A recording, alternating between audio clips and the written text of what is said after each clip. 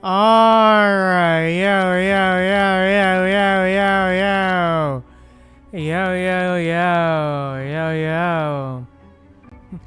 Alright, there we go. Hello, everybody. Welcome to the stream. Welcome. We are here and we are back for some more Punishing Gray Raven. But yeah, how's everyone doing today? Hope you're doing well, because I'm doing alright. But yeah, we're here for some more PGR. We're back. PGR's finally back. But yeah. How's everyone doing today? Hope you're doing well, because I'm doing alright. But yeah, super excited to be back for some PGR, because a new unit just dropped, as you can see from the title card there. It's a pretty awesome music. But yeah, super excited to check out this new character. And check out this new patch. But yeah, I think with that said, let's dive in and check out the new screen. New patch screen. Ooh, that's a beautiful screen. Holy. Oh, the art is beautiful. Holy. Wow, dude. Holy. Wow. But yeah. Oh, this is just beautiful. Holy, man. Wow. But yeah, I think with that said, yeah, dude, let's just give her a spin. Let's give her a spin and see how she plays. So yeah, let's go. I believe she's a lightning amp, so that's good. But yeah, I guess rest in peace, number 21. All targets to be cleared, right? What's wrong? I'm going in.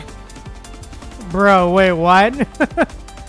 Why is she using like a Time for farewells has come. hoverboard? What the fuck? This might sting. One of those I forget what they're called. This might sting. I know they were I offer you. used to be you know, hoverboards or whatever. But I forget the proper term for it. What got the actual word was it? It was like it was like this was like the predecessor to like those small, like, you know, hoverboards in like real life, you know, those two-wheeled ones. You know, where you like just step on the two-wheeled ones with like those two pads to put your feet in, and you know, you just go forward or back or whatever, depending on if you lean forward or back. Dude, I forget what those are called. And I know this is like the predecessor, but goddamn, I was not expecting her to use that kind of weapon, but yeah. All right, but yeah. Anyways, let's go. Yeah, red orb, yep. Alright. Tether slot stance, tap stance to consume manifestation points. Metaphor surge and switch to Gossamer stance. Damn, okay. Well, Gossamer stance, tap stance to consume standard energy and unleash illusory vision. Ignorant lies. Your chapter is ending. Okay, that's a pretty sick weapon though. That hoverboard plus you know, the saw. Okay, that's a yo-yo saw. Okay. Target's cleared. Anything else? Ayo. Interesting. Very interesting indeed. Such a sick weapon choice. Holy. Oh, I love that. I love that, dude. Right? I'm going in. It's bothering me now. I forget what it's called. Helentine's basic rotation. Press and hold to activate. Okay, Matrix. Press and hold. Blue orb. Trapped in Gotham. Yellow. Okay, red, red, 3 times, and then special orb. All right. And then Sig. Surge. Protect itself. All right, there we go. Okay, cool. And then Sig again. Ignorant lives. Your chapter is ending. Okay, so fairly simple. Okay, so fairly simple rotation. All right, cool. Good to know. Target's All right, so cleared. fairly simple rotation. Anything else?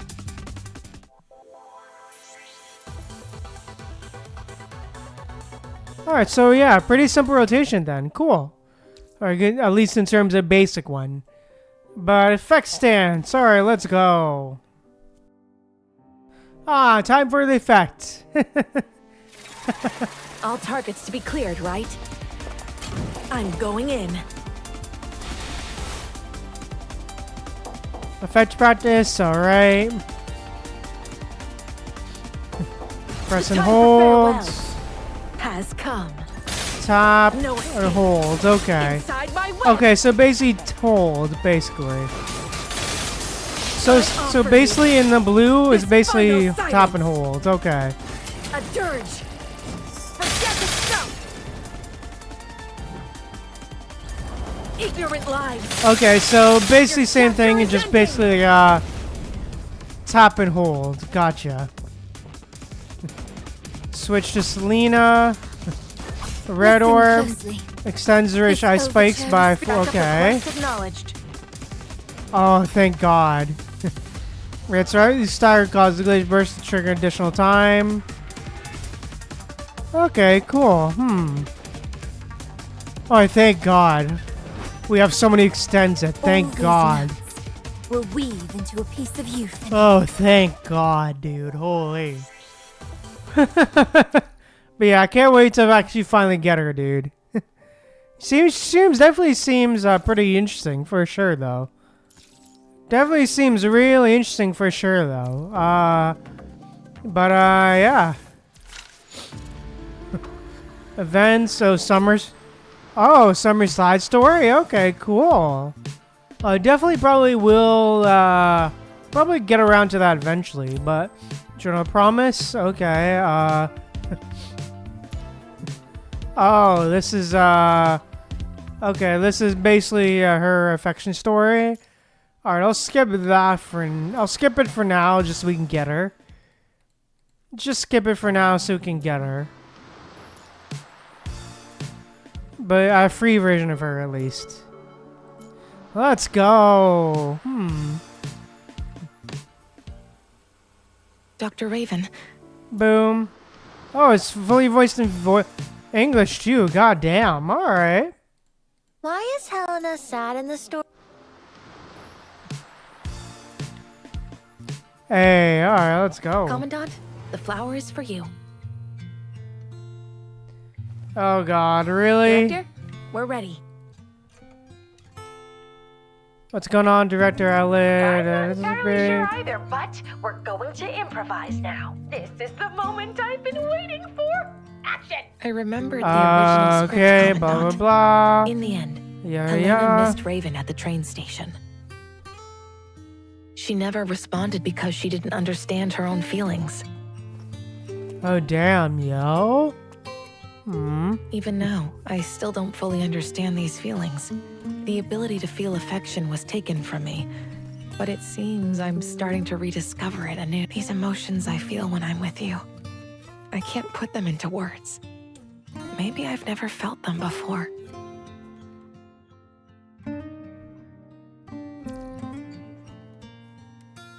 You make me feel Sure, comfort, whatever. and you make me feel sorrow. Aw. I want to be close to you. I want to hold you. And I panicked when I saw you with Ellen. I'm afraid that I'll lose you if I don't understand these feelings in time. That's why I wanted to take you away. Commandant, give me your Okay, by hand. your side. Yeah, yeah, yeah. Blah blah. Okay, cool. My Yada face. yada. It's la, la, burning, isn't it? The script said that when someone blah you blah love touches blah. your Okay, face, cool. it gets Yada Doesn't yada. this prove that I love you, Blah blah Commandant? blah. I get it now, Commandant. Da, Because of you, I've come to know da, this feeling called. It's not because looking into your eyes comforts me that I. It's not because I'm just trying I to feel skip all warm when this you touch so me it can, that I like- love you. It's not because I'm afraid of losing you. not and I get love as you, much spoil brother. as possible, you know? It's because I So love don't you. get as spoiled as Commandant. possible, you know? Avoiding Will spoilers. you accept my We'll probably do feelings? this later. I said a lot just now. I'm so tired.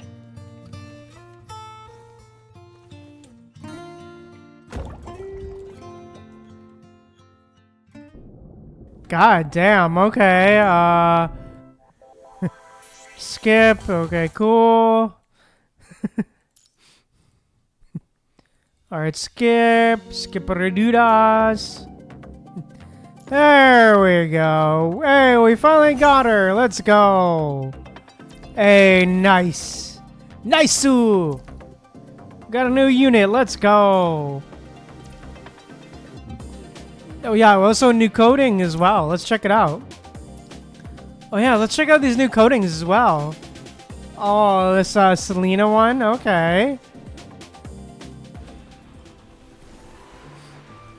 Listen closely. This overture is for you. Oh, this is beautiful. Oh, this is a beautiful skin. Holy.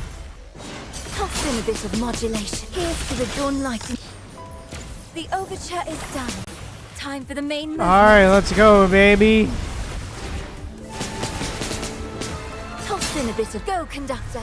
Let me handle the curtain call. Ooh, the effects. Okay. Alright, The cool. overture is done. Time for the main movement. Toss in a bit of modulation. Ooh, this is beautiful. Holy. Defiant bloom. Aw, dude, she looks beautiful, man. Holy. Yeah. Here's to the dawn light and morning dew. Yeah. Toss in a bit of modulation. The overture is done. Alright, boom. Time for the main movement. Toss in a bit of mod. Boom. Oh, the effects, dude. Holy. Bloom. Oh, the whale. Here's to the Lol. dawn light and morning dew. Toss in a bit of modulation. Here's to the dawn light and morning dew. Toss in a bit of modulation. The overture Boom. is done. Time for the main movement. Toss in a bit of modulation. Aw, dude, this is beautiful, dude. Holy. Aw, dude, the All effects. these notes will weave Aw, into a piece of you for me. man. Aw, dude, you can definitely tell that they went all out for her skin, dude. Holy. For her coating, dude. Holy. You could definitely tell that they went all out, dude. Holy. Whew. All targets to be cleared, right? I'm going in. Alright, interesting skin. Alright. Stay down.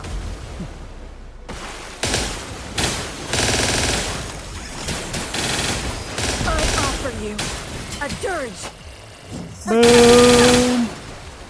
Ignorant lives. Your chapter is ending. Oh, interesting effects. I like it. Disabling the pain sensors. The time for farewell. Interesting effects. Alright, I like it. come. A burial just for you. A dirge. A deadly stuff. Ignorant Alright, lives. boom. Your chapter is ending. Alright, boom. Let's go. Yeah! The time for farewells has come. Slicing Boom. a dirge. Forget the stuff. Ignorant lives. Your chapter is Yeah, ending. Rex, baby. GG easy. Alright, very interesting. Target's cleared. Anything else? Oh, okay, it's literally just watermelon. Okay, that's a pretty funny ending screen. Okay, I like that. That's a really fun ending screen, dude. I love that. But, yeah, really, really good stuff, man. She's pretty simple to play. I dig it. I dig her, man. I like it.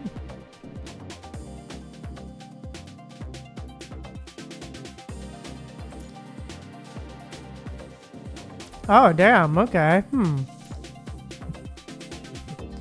Warehouse full. Okay. Hey, new unit. Let's go. Own philo tree? Interesting. Our philo tree stuff? Alright, cool.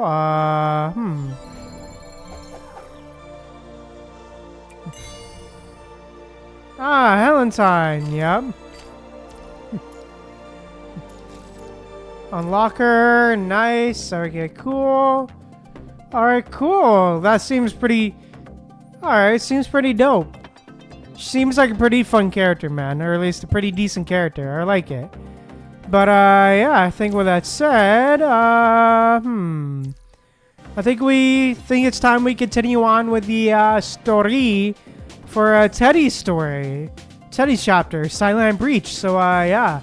I believe we were right in the middle of Note 11, so yeah, let's continue. Pick up where we left off.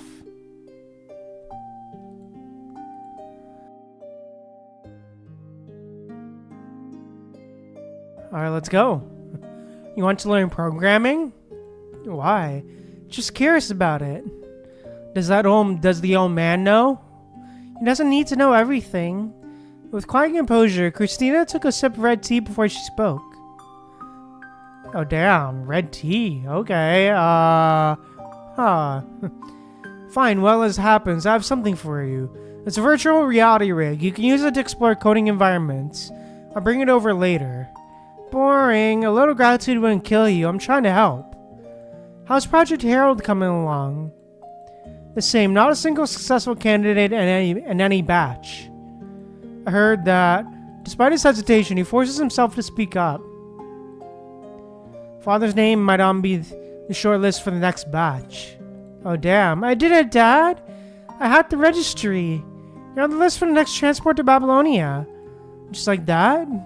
Yan Zhen can only stare, utterly stunned. Oh, damn. He's no stranger to his daughter's genius. She had surpassed his own abilities in just 2 years. Yet the reality of her successfully hacking Babylonia's registry system was beyond anything he had ever conceived. Oh damn, I had a lucky break. Their data is in live link to that installed system. They'll only do batch updates during scheduled syncs. Oh damn, you did well. Dad, when will you come back? Sooner, Herbert. Could be a very long time. When I come back, you'll be free. You can be anyone you want to be. Why didn't you come back? Aw. Christina sat on a boundless plain. Her gaze fixed on artificial sun in the distance. The words were a soft murmur, meant for no one but herself. Oh, damn. Aw. As Dominic's successor, she was forbidden from showing any weakness. Here, in the emptiness of virtual space, was the only place she could retreat to soothe her grief. Damn, well. Didn't expect to find a space like this. Nice view. A voice suddenly came from behind her. Who's there? Christina whirled around, startled to see a purple-haired woman curiously appraising her virtual space. Oh, Interesting, Teddy, what a weird ID.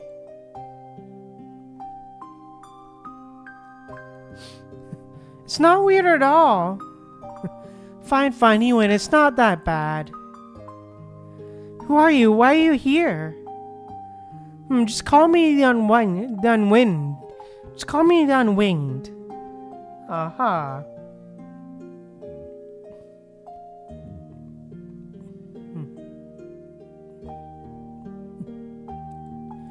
I'm just browsing the network. What about you? What's a browse like you doing crying in here? Oh, damn. I wasn't crying. Haha, whatever you say. That was the first time they met. An encounter filled with tension. Oh, damn. Interesting. 3 layers of firewalls, huh? A bit basic. Oh no, this trap has some teeth. Too bad it's only caught by my zombie. Oh, damn. Okay. With effortless ease, the unwinged bypass Teddy's defense protocols and enter the virtual space again. Teddy, however, didn't so much as turn around, continuing to sunbathe as if she were alone. A breach this time, huh? Definitely an upgrade from this beach this time, huh? Definitely an upgrade from the snowfields. Shut up, gloomy woman. The unwinged pressed her lips. Lol. Don't give me strange nicknames, you snippy little brat. My name is Monio. Christina. Aww. Interesting.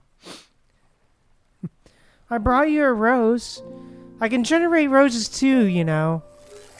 Teddy raised a single hand, and the data streams coalesced in her palm, slowly weaving themselves into a form of a rose. Not like this. Ever heard of holographic imaging technology? Mimicking Teddy's gesture, she raised her right hand. The data streams that appeared in her palm were vastly numerous and complex. At the center of this digital storm, a grass-like card solidified into existence. Oh damn, it has a special property. Simple version, the shared image has true volume. Change your angle and you'll see a different side. Oh damn, The rose inside the glass appeared incredibly real. With a slight rotation of her wrist, hidden petals came into Teddy's view. And besides, the glass card shattered with a sharp crack. Oh damn. Every piece still holds the whole picture. Amid the swirling shards, a thousand roses shimmered in the light. Ah, interesting. Yo, I'm back. Not even a firewall to greet me this time? What's the point? You just tear down anyway. Don't be like that. It's good practice for you.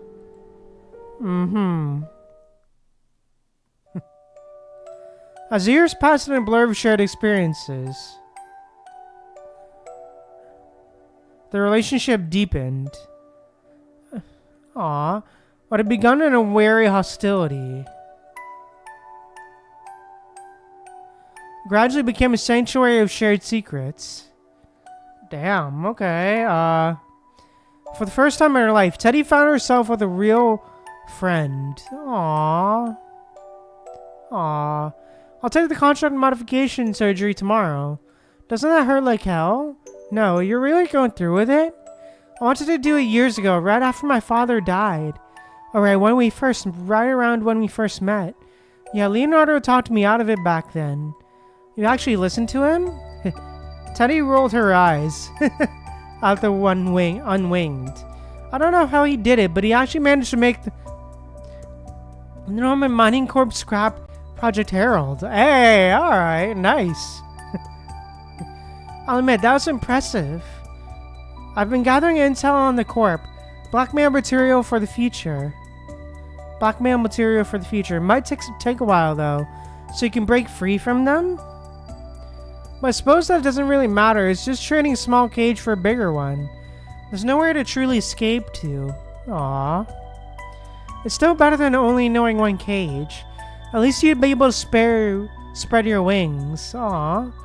The unspoken meaning behind her words landed with Teddy. What about you, Miss Doom and Gloom? Me? What cage are you trapped in? Who knows? Maybe I'm stuck on the moon or something. Frustrated by the unwinged's constant evasiveness, Teddy abandoned subtlety and demanded a straight answer. When the time comes, I'll leave Babylonia and find you on the surface. Oh, damn. I never said I was on the surface. Panic edged the unwinged's voice as she responded.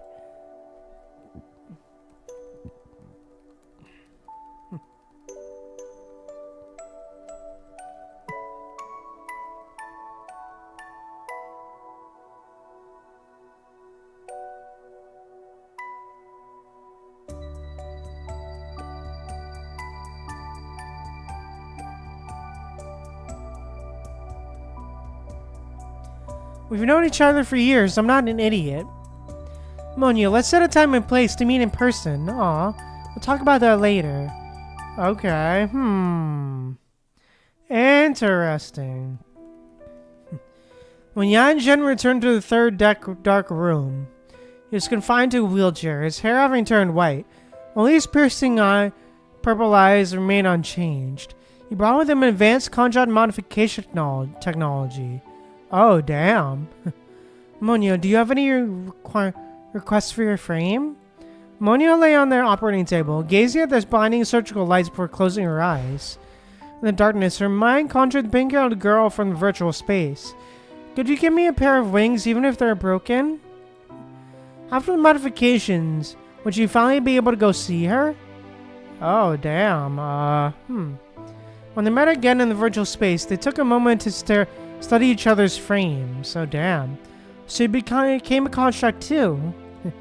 It's just more convenient this way. I've left Norman Mining Corp. That bastard Leonardo, he's lied to me. When calling back to claim his inheritance. Oh, damn. I've already spoken with the engineering force. I'm heading to the surface on mission with them. A trial run, basically. Doesn't matter. I'll ditch them when it's over and meet you here. Teddy shared the time and location with the Unwinged. Oh, damn. But her words only met with the Unwinged's blank stare into the distance. Ah, fun. Hey, did he get all that? Of course. Then what's with the thousand light year stare? It's just hard to believe that crying child from all those years ago has grown up. Aw. Stop talking to me like some wise elder. That's gross. Lol. Monio stared at the door of the third dark room, drawing a nervous breath. Then she stepped outside. Oh, hey. I can smell grass. It's different from the simulations in virtual space.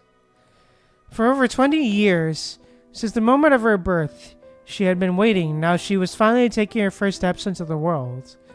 What kind of world is this going to be? Come see it with your own eyes. Come feel it with your own hands. Little bird, you are free. Spread those broken wings and fly. Hey, alright, damn. The swarm of drones attached to her body unleashed brilliant jets of flame, lifting her from the ground. Oh, damn. Hey, alright. Monio soared skyward, her hair whipping wild in the wind, as she felt it rush across her bionic skin. A smile bloomed across her face. Hey. She leaned forward, adjusting the thrust of her drone wingsuit as she danced through the air. And then she saw it in her own eyes. Blood and fire, ruins and wreckage. The crimson fire spread across the land. Something was crumbling. What kind of world is this? Oh, damn. Aw.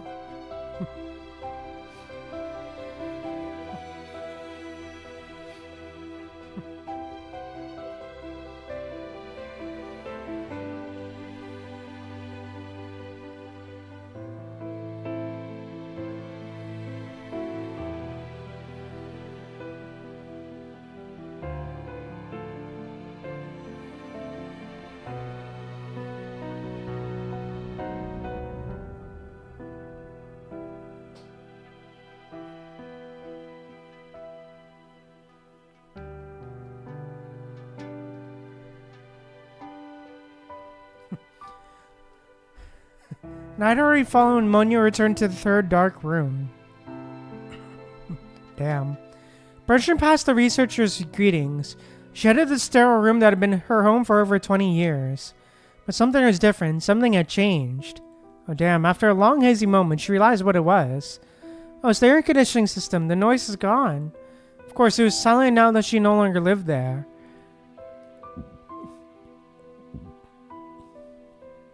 The noise that has plagued her for 2 decades. The sound that had become a part of her had simply vanished. This world out here, is it really a good place for her? Oh, damn. She wondered if she should go meet Teddy after all. Hey, alright. Definitely should.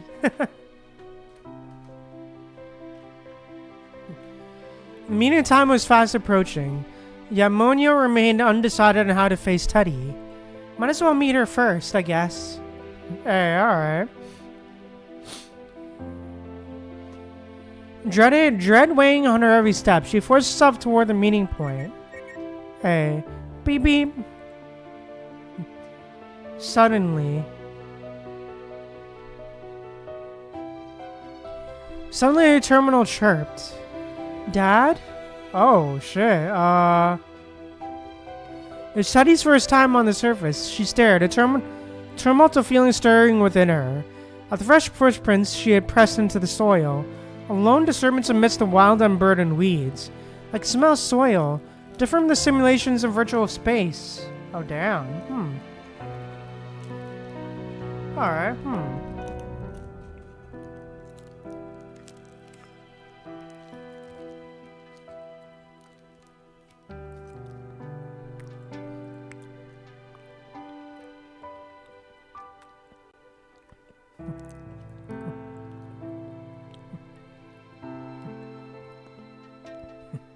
Someone nearby noticed Teddy. So you're the newbie? What?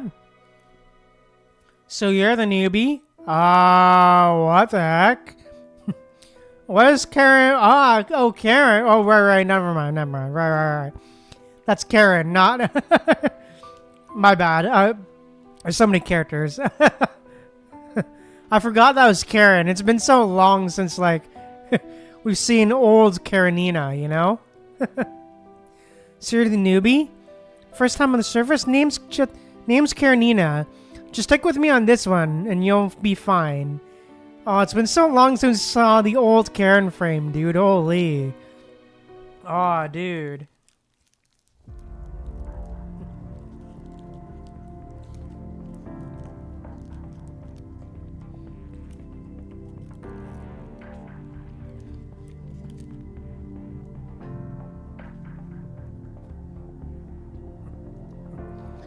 Just as she'd once waited for her father, Teddy now waited for the unwinged who never came. She wanders in darkness. A cold tide of it churns around her, heavy with the undertow of memories. Oh, damn. Pages from the past turn, one by one. Before she refused to look. She just goes tighter into herself, letting the void dissolve her. What a complete joke. Oh, damn. Aw. The cradle rocks above an abyss, and the common sense tells us that our existence is but a brief crack of light between two eternities of darkness. Speak memory. Okay, interesting. Oh, gameplay time! Let's go!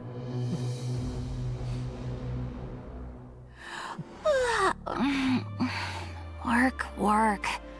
Why do people even bother with jobs?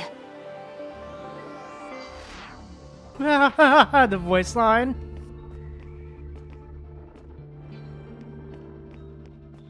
Alright, time to go to work.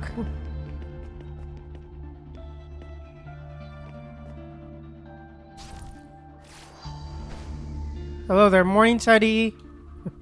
Are you going to be able to watch our perfect attendance? Are you late too on today on comp time? Alright, cool.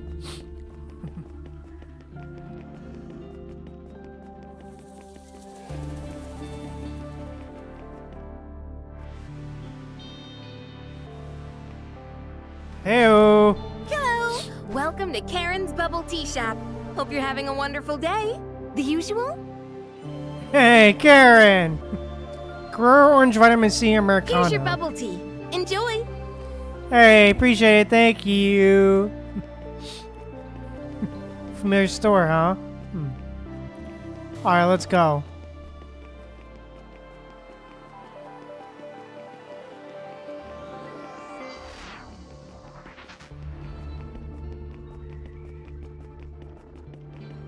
Alright, down we go. Alright, cool. Sales people. Alright. Across here. Alright, there we go. Alright, we're here for work. Let's go. Oh, damn, that was fast. Jesus. Another day of work.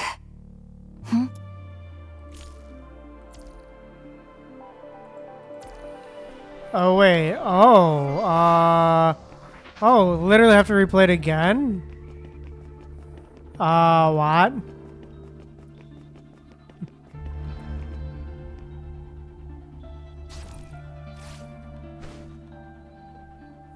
Near enough again? So quiet? What?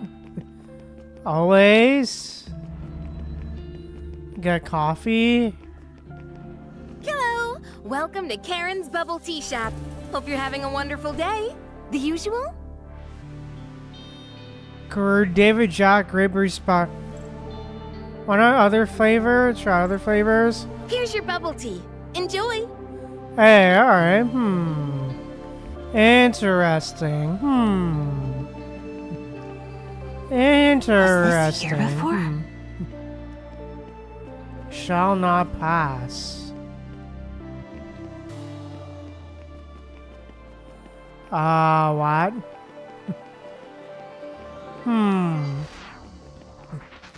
Okay, so take an alternate route around, okay. Break the habit, okay. Break the loop, nice work. Okay then, Hold on. Hack almost complete. Can't let her find out. Hack successful. Get to work properly. Hey, alright, let's go. Something's not quite right here. Yeah, Oh, new teddy frame. Hey, let's go.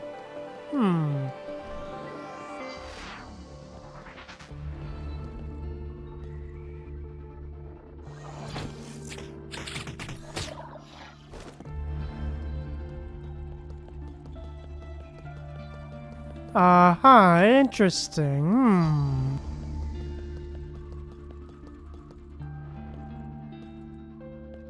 Hello! Welcome to Karen's Bubble Tea Shop.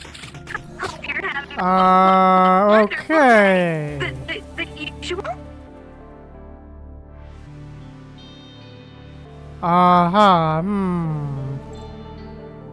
Here's your bubble tea. Enjoy. Okay.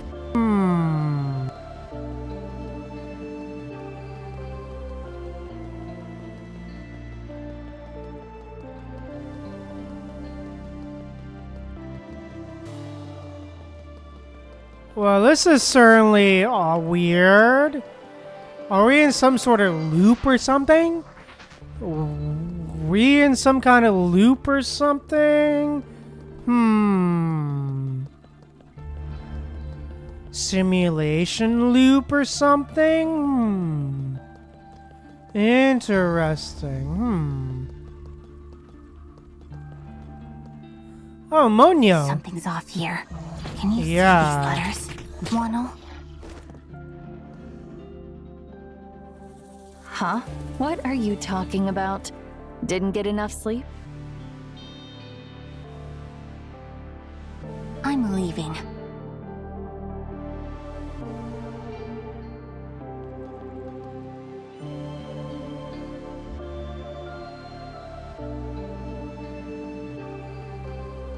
Run. That was definitely comforting. The big text saying run. Well, that is definitely comforting. To say the least.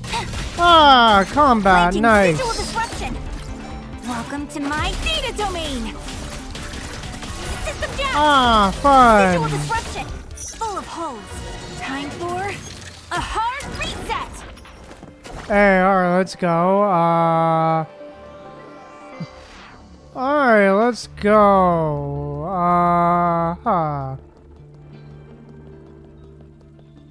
Oh, great. Well, this is definitely not sus. Definitely not. Hello there. Something's wrong here. Oh, hey, Moore.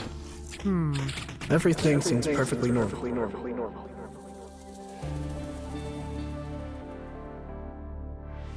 Elysium has always been this way.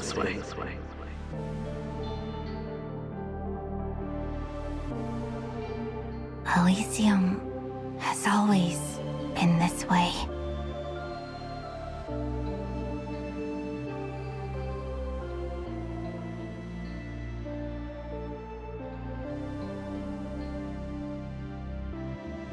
Wake up! Great. Elysium. A paradise, huh? What a joke. It's just an absurd dream.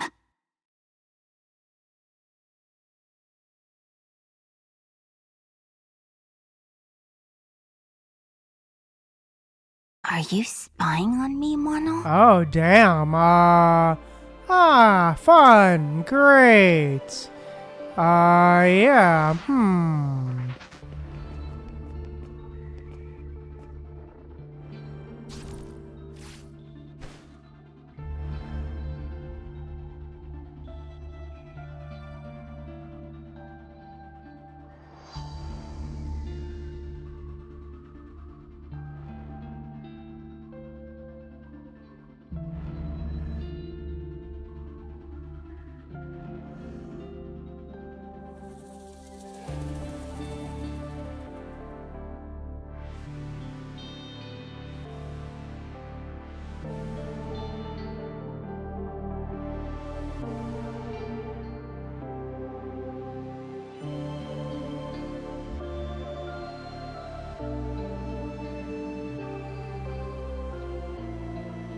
Interesting.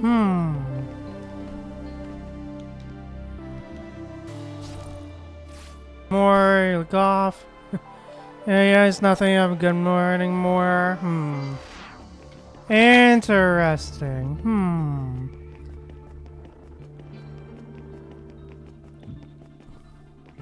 Good morning. I Hey. know I'll see you again, but still. Good afternoon, good evening, and good night. Hey, Fox, welcome to the stream. Welcome. Hey, thanks for the redeem. Yep, I'm doing great. I'm doing alright. Currently seem to be in a bit of a time loop. But yeah, thanks for stopping by. I appreciate the stop by and the redeems. Yeah, thank you so much. Yep, stretching right now and good quick drink now. So much to hydrate. But yeah, thanks so much for stopping by, man. Appreciate it. Thank you. As you currently see, we're playing some Punishing Gray Raven. And apparently we seem to be in some sort of time loop in the simulation. Basically. Something seems to be off. Something seems to be real off. And we don't know why. This little lady is Teddy, aka Christina, aka Teddy.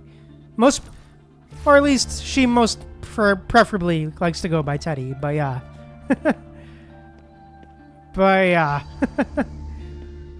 Very much a very skilled hacker, but yeah. We're trying to figure out what's going on here. Consider we've had to replay this stage many times. Alright. The sound of the door opening startles Teddy awake. A deep instinctual feeling whispers that this isn't the first time she's woken up today. She sees Monio step inside, 2 bags of bread in hand. Hungry, I've got bread, and more bread. Monio is her usual self, yet a small spark of wariness flashes through Teddy. This inexplicable caution leaves her frozen for a moment. What's with that blank stare? Monio tosses a bag of bread onto the bed. Snapping Teddy out of her trance. I don't remember giving you a key. Guess you use an electronic lock. And remind me, who taught you everything you know about network programming? A self-taught genius. Bingo, so standing before you is at least half of your teacher, and your prize for the right answer She delivers a totally off-topic response while rummaging through the kitchen cabinets. It's a cup of my hand-brewed tea. Seriously, why do you hide your tea leaves? Ah, got them. Teddy rises to dress, listening to the second sound of Monyo boiling water for tea in the kitchen. For a fleeting moment, this peaceful domesticity feels almost surreal. Such moments are rare in the Norman family. Meals were prepared by chefs and eaten under the servants' watchful eyes, with proper table manners strictly followed. Everyone was performing their rigid pre-assigned roles in the grand play of being a Norman. Ah, yes. Ah, Norman Mining Corp. Yep. All for the Norman Mining Corp. The suspicious mining corporation. It was strange to think of how a family, once a mere mining corporation before Dominic selected them as allies, had accumulated so many aristocratic customs. New money, it seemed. It could indeed be pushed into old nobility. Oh, sorry. Monia returns from the kitchen, placing the freshly brewed tea before her. So what's the real reason for the dawn raid? Do I need a reason? Maybe I just wanted to see your morning scowl. Teddy took a deliberate sip of the tea. Your brew is horrible. Lol. Classic Teddy. Damn the roast. They finished their breakfast in the drowsy haze of early morning. Case files are thin. The bureau actually approved a day off. So feel like getting some air? The faint chirping of sparrows drifted through the window, and Teddy turned to see several of them chattering on the windowsill. No cases, really? Yeah, so we might as well go out for some fun, you know?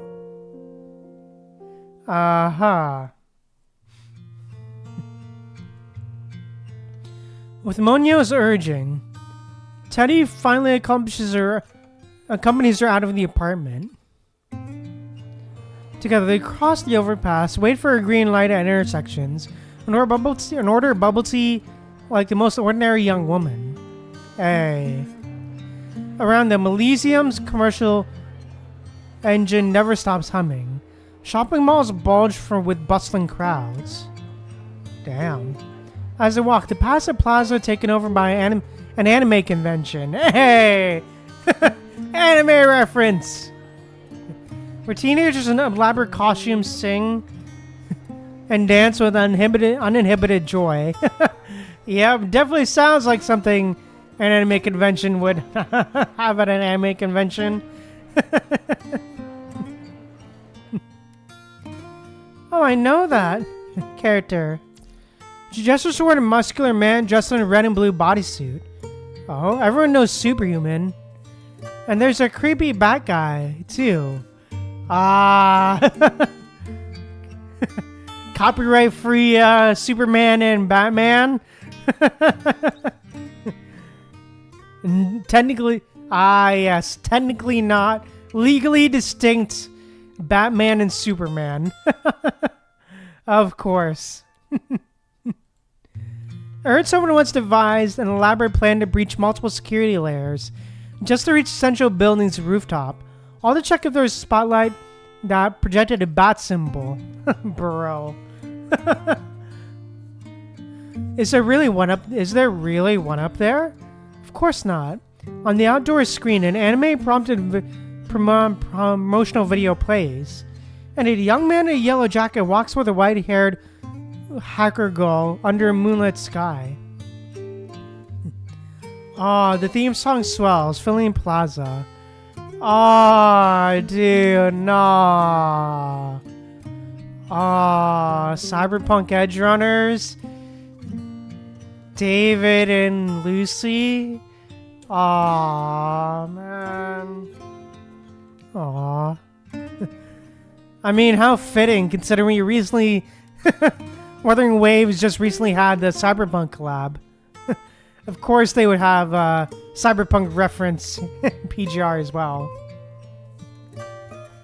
Because I really want to stay here.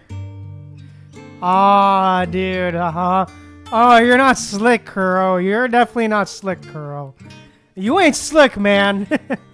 Because I really want to stay at your house, huh?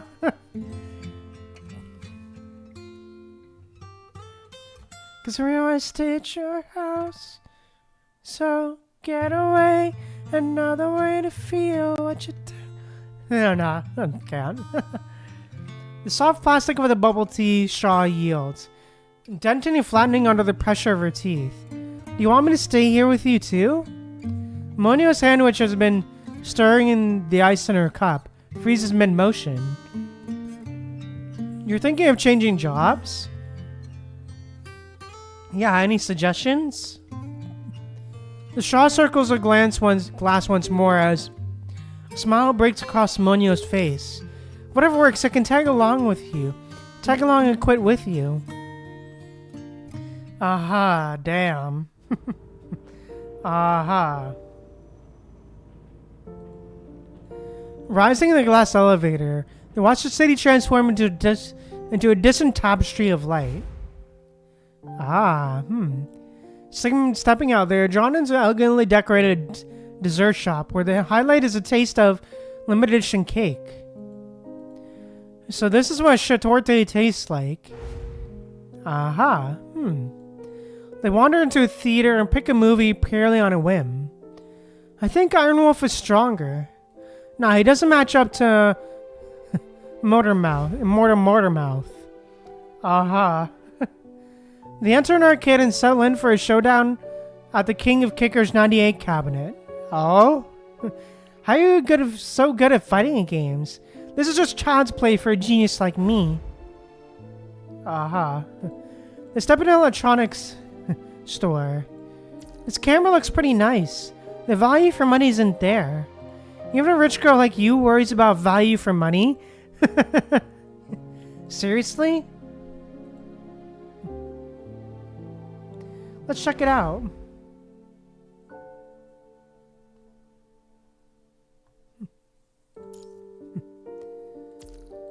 They walk into an accessory shop. Hey, alright, no problem. Foxfist, have a good lurk. And have a good rest of your shift. Thank you so much for stopping by. Thank you for the lurk. Is there anyone you'd want to buy a gift for? For who? You know, someone special? That sort of thing? There must be someone, right? A familiar figure flashes through Teddy's mind. You owe me so much already. You owe me so much already. So asking you to promise me just one thing isn't too much, isn't it? Is it? Who's that?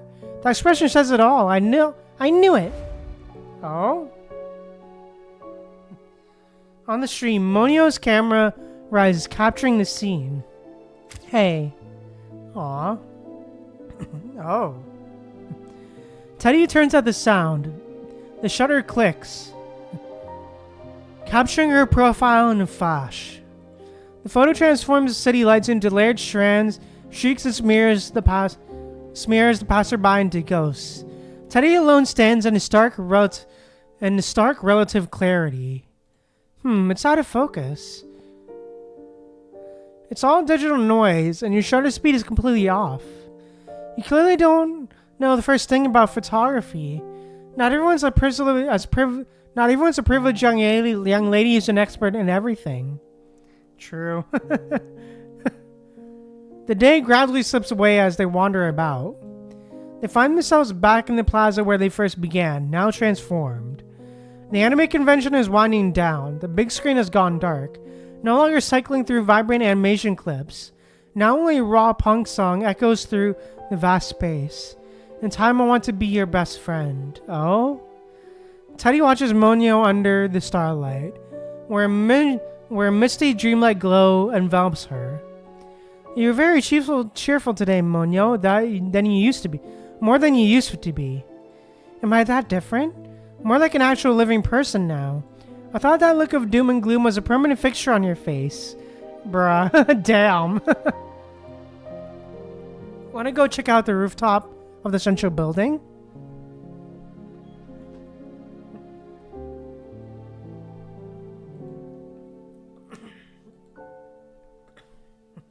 Why there?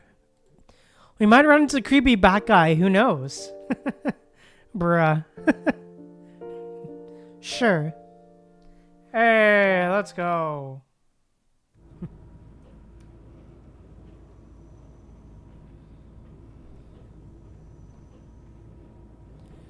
The central building's elevator takes 3 minutes to reach the top floor, longer with stops.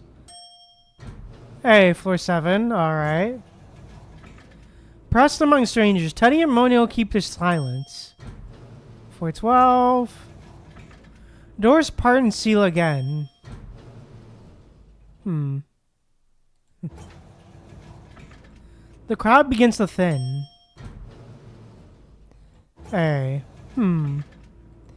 They lean in into opposite walls, a mirror tension. Alright, their eyes carefully avoid meeting. Through the glass, the cityscape below softens into a smear of light.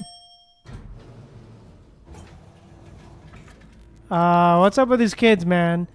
Overhead, lights stutter, neglected for far too long. The shadows warp on the wall, stretching into grotesque comical shapes. There we go. The last of the other passengers disembarks, leaving only Teddy and Monio in the elevator. The faint grinding hum from the elevator shaft sets Monio's nerves on edge. Ding. The doors slide open onto the top floor. A head small terrace door slams, partially ajar. Around the corner, a final flight of stairs leads up to the rooftop helipad. Okay, the night wind sweeps in, cool and insistent, tousling their hair. Well, looks like there's nothing here. Yeah, absolutely nothing. Should have brought some snacks. Not like food would help anyway. Right, constructs can function just fine without eating. A strange emotion hangs in the air. Sadness, perhaps? Monio draws an electric vape from her pocket. She takes a long pull, the vapor passing through her artificial lungs before she exhales a shimmering meditative cloud. You know, that's not what I meant. Monio's hands trembles at Teddy's words, but a glimmer of hope remains in her eyes. Oh, damn. She exhales a plume of smoke that the night breeze snatches away, vanishing in an instant. Oh? Her barely audible whisper fades with it into nothingness. Please, I brought you a rose. Please stop. Oh, Teddy raises her right hand and tosses a glass card into the air. Does it really have to come to this? Oh, damn. Bang. Amid the swirling shards in the sky, 1,000 roses shimmered into light. I've been thinking for a long time, why do you have to erase my memories? Why go to such extremes to play these games? Oh, damn. Monio, where are you? What are you people really plotting against Babylonia? From the distance, the sound of measured footsteps approaches. Oh? With each step, a man with fury burning in his eyes draws near. Fuck it all, choose truth. I choose the truth. Okay. Okay, then. Oh, new letter? Okay, interesting. I can help myself snarling the fall, right? Why do you see Karenina everywhere? Really wouldn't want to take a look or two. Too many when they see an engineering force captain selling milk tea. I can help myself. It's not really my fault, right? My database must be overloaded too many of her highlights, making her appear whatever I look. It's time to clear my collection. Since you did give me little hints, I picked one that's not too embarrassing for you. Feel free to show it to her. I'm looking forward to her reaction. Oh, stamp! Hey, nice! Hey, stamp! Let's go!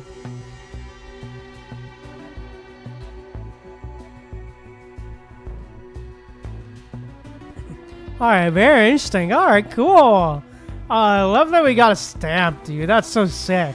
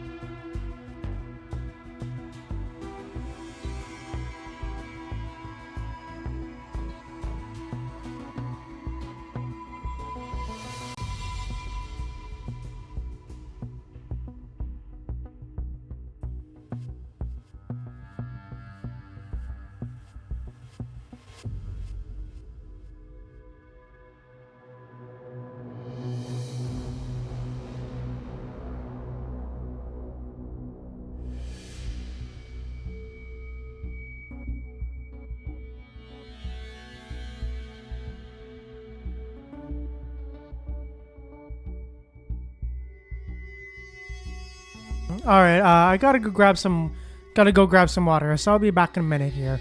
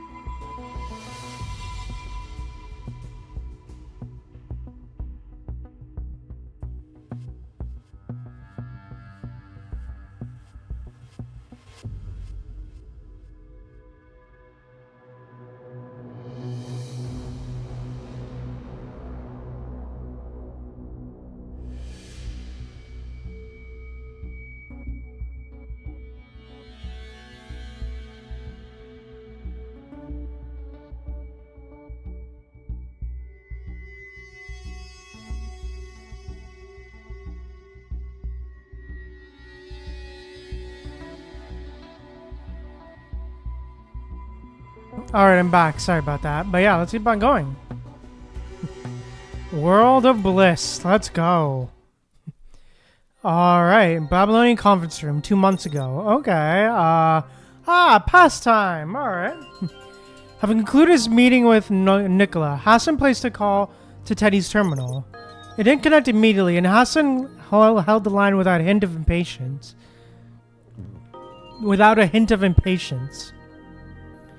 20 seconds later, the connection clicked through. President Hassan, how did you get this channel's IP? Your tone is neither respectful nor discourteous. Hey, alright. The method isn't important. Teddy, I have a critical mission for you. A mission that has to bypass the command center?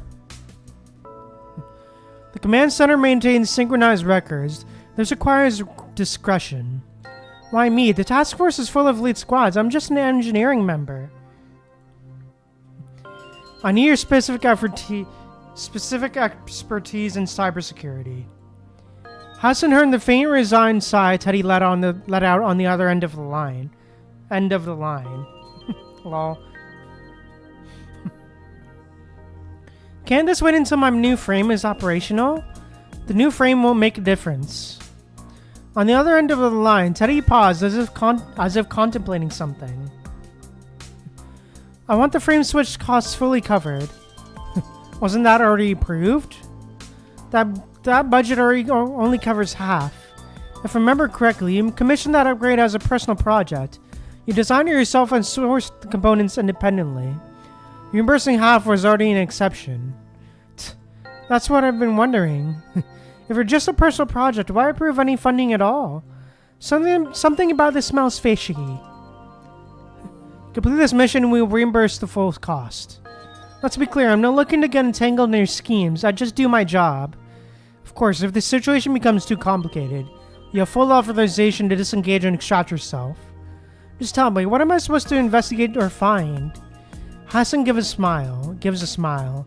Already figured out his investigation mission, huh? Have you heard of a certain legend circulating on the surface? One they call the Digital Paradise? Supposedly, and I must stress, this is only a rumor, there is a place on the surface known as the Digital Paradise. It's said to welcome those disillusioned with reality. Anyone who finds it can live out their days in a virtual networked world. Sounds like the type of the Akasha.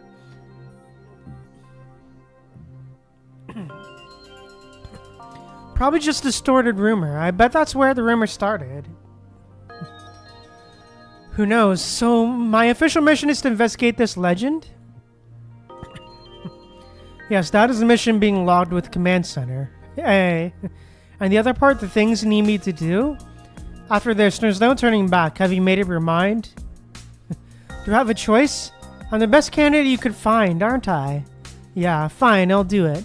Your mission this time, locate as many quantum supercomputers without AI as possible. Oh? Okay. Teddy fell silent the moment Hassan finished speaking. She only found her voice again after a long pause. When Parliament voted to unlock the installed data wall, which side were you on? Hassan remained unfazed, offering a slight smile in response to Teddy's sharp tone. Barring special circumstances, the president doesn't participate in voting. Hey. Realizing she has overstepped, Teddy didn't press the issue further.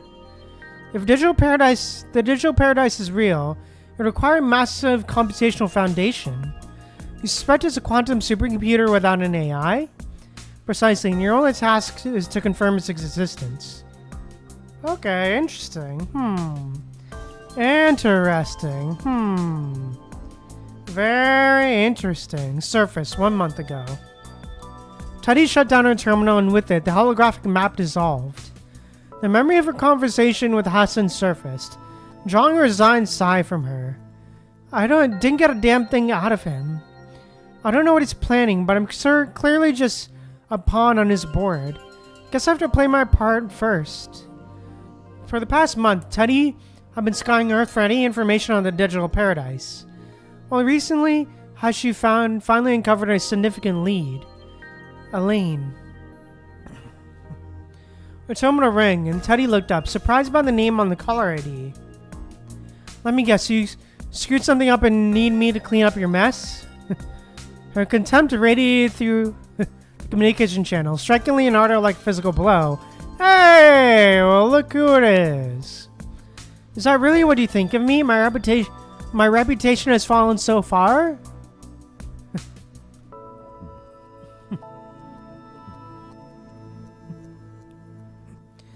With a dramatic gasp, Leonardo clutched his chest in feigned heartbreak. Spare me the performance. What do you want? The old man is dying. Oh shit. Oh damn. For a moment, the news left Teddy strangely adrift. Should she break out in applause? She had imagined this moment countless times, and now felt none of the anticipated satisfaction. Should she be weeping with grief? Oh damn. The gestures felt foreign. She still visibly remembered everything Charles had done to forge her into Dominic's successor. But worst of all, Charles initiated Project Herald and sent his own son, Teddy's father, to his death. Oh damn. For him, she could summon neither triumph nor sorrow, only a chilling profound detachment. Oh, how cold-hearted. Aw, damn. Teddy shot Leonardo a glare. The family is already making arrangements. It's going to be a grand affair. By the way, Victoria seems quite dedicated to running the corporation. Sometimes I see a bit of the old man in her. And you? There perks to being a carefree gentleman of leisure. Plenty of funds to enjoy. Bruh, this guy.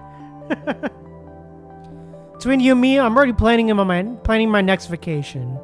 Keep an eye on Victoria. Help her if she needs it. You really do have a low opinion of me. I'm already looking out for her. You didn't even need to ask. Leonardo offered a gentle smile. After all, you're both my little sisters. Aw. Don't be disgusting. Lol. The call concluded. Teddy turned her attention back to the mission, her eyes fixed on the distant conservation area. Hey. Aw.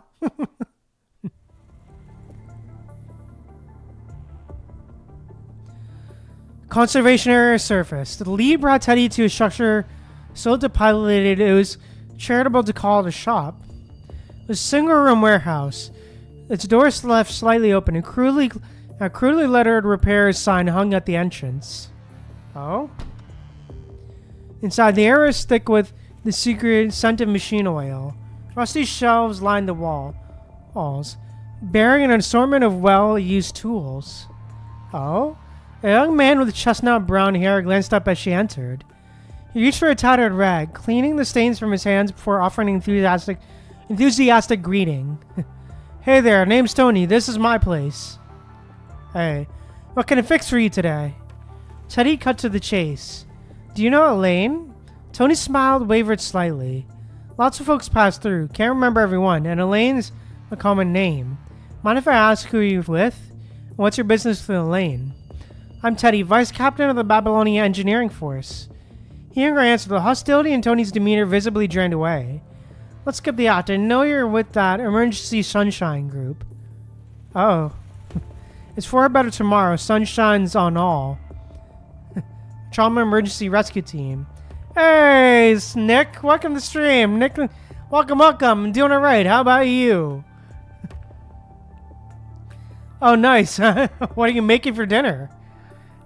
I hope you enjoy dinner, but yeah, what are you making?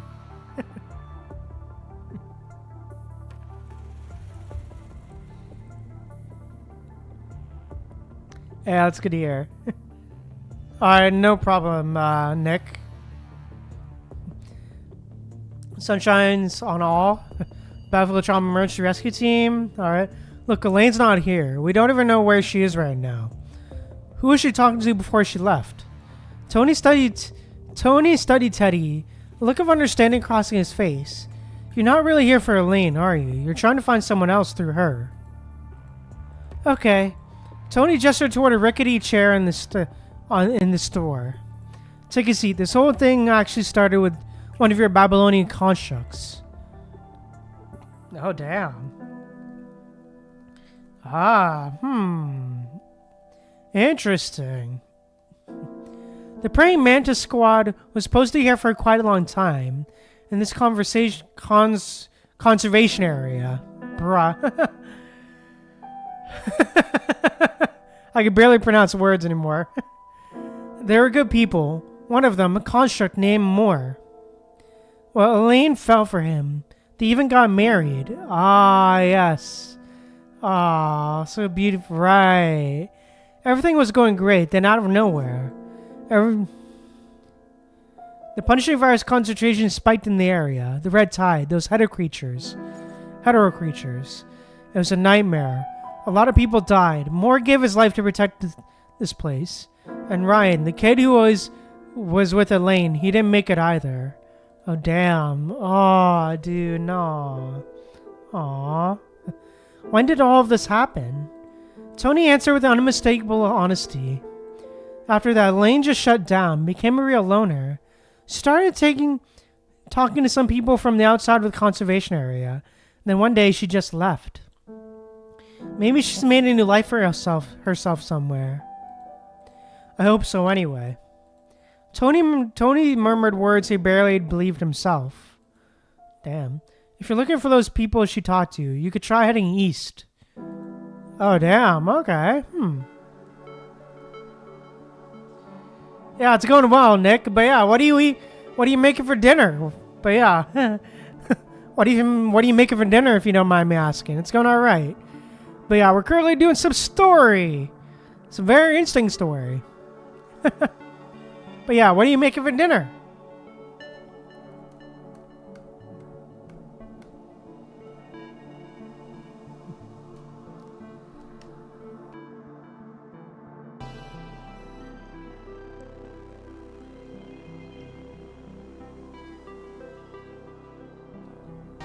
But yeah, as you can currently see, we're actually doing some story. So basically, to give a short summary, as you can see there. Oh, nice. Ah, yeah, mighty tasty for real. Not a big fish guy, but I do occasionally like me some good old salmon. Not really a big fish guy, but I'll be honest, but I do like me some good old salmon. And also a little bit of tuna here and there as well. But yeah. Appreciate that, Nick. Yeah, thank you. Yeah, but yeah, to basically summarize these stories so far, basically, to summarize it, we're currently this is chapter 38 of a big story, gacha game, of a story called Punishing Gray Raven. Basically, big background for this game is that we're far, far into the future.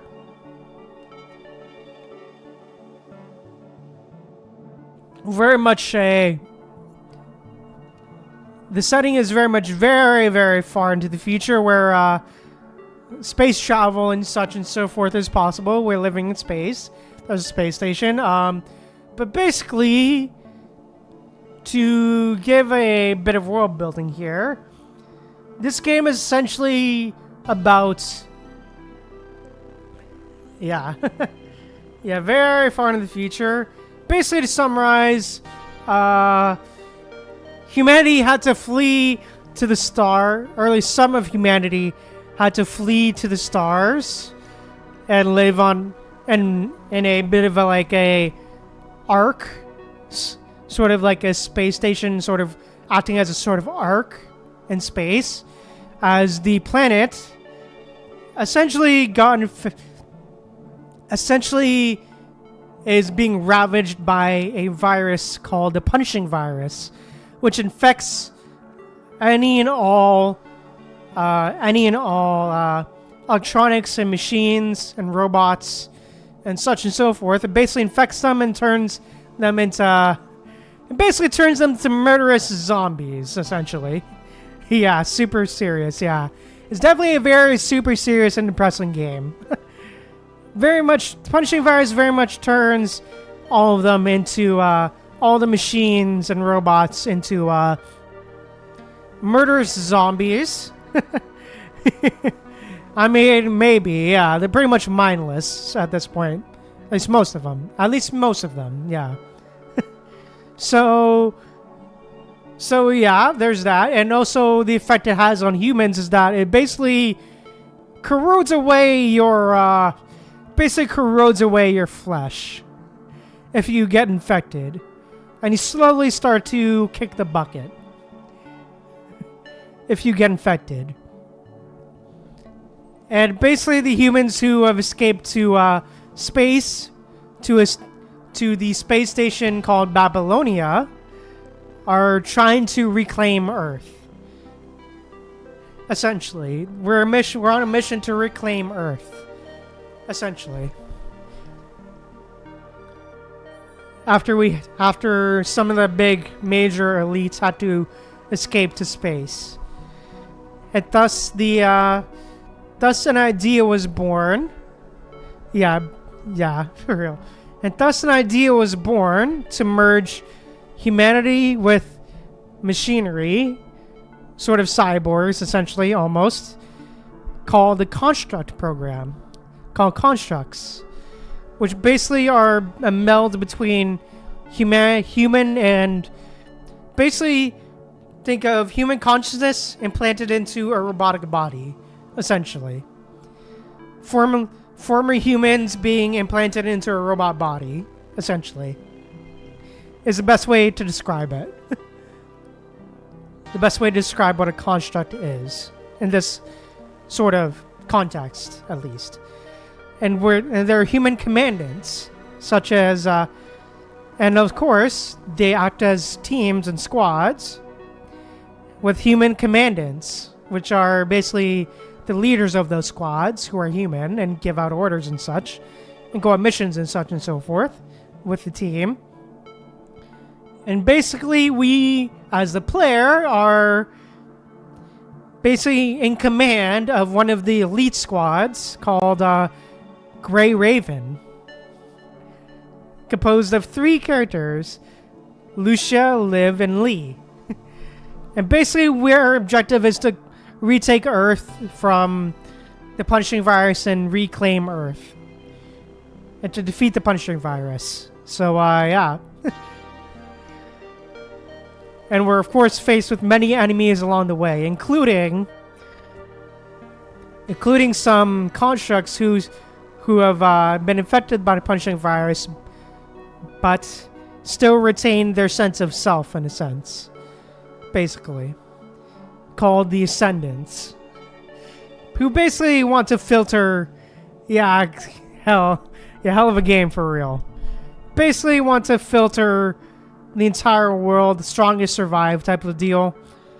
You know, create a new world, strongest survive type of deal, you know. That whole philosophy. But yeah, anyways. But yeah, to summarize what is going on right now, in this current chapter of the story, we're here with a character called Teddy, aka formerly known as Christina Norman. One of the children of the Norman Mining Corp, one of the most powerful companies in this current era. Basically, she's been tasked with a mission to find and investigate an shady organization and find a supercomputer without an AI, which is quite odd in this era because almost every computer in this era has an AI. Every supercomputer has an AI at this point, but yeah. Anyways. But yeah, she's basically on an investigation with Teddy. Teddy was in some sort of simulated virtual paradise, and also trying to tie down this sort of virtual paradise, which makes people want to live out the rest of their days in that paradise, and makes people go missing. So, yeah. We're basically trying to find that with Teddy here. But yeah, as you can see, we just negotiated with the repairman to see where a lead went. But yeah, anyways. As we continue on here, acting on Tony's suggestion, Teddy left the conservation area and headed east. She traversed... Hey, appreciate it, Nick. Yeah, quite a mission for real. She traversed sandy terrain and hills, passing through with low concentrations of the punishing virus. In a forest clearing, she discovered signs of human settlement. Oh. After tailing the group for 3 days, Teddy arrived at a location nestled among the mountains. This must be the place. Of course, this is Teddy here. In her old frame, but yeah. After contacting someone through their terminal, and the leader of the merchant group waited in place. And also, Teddy is also part of the a great hacker as well, I should also mention. And also part of the engineering force, which is why she was chosen for this mission. But yeah.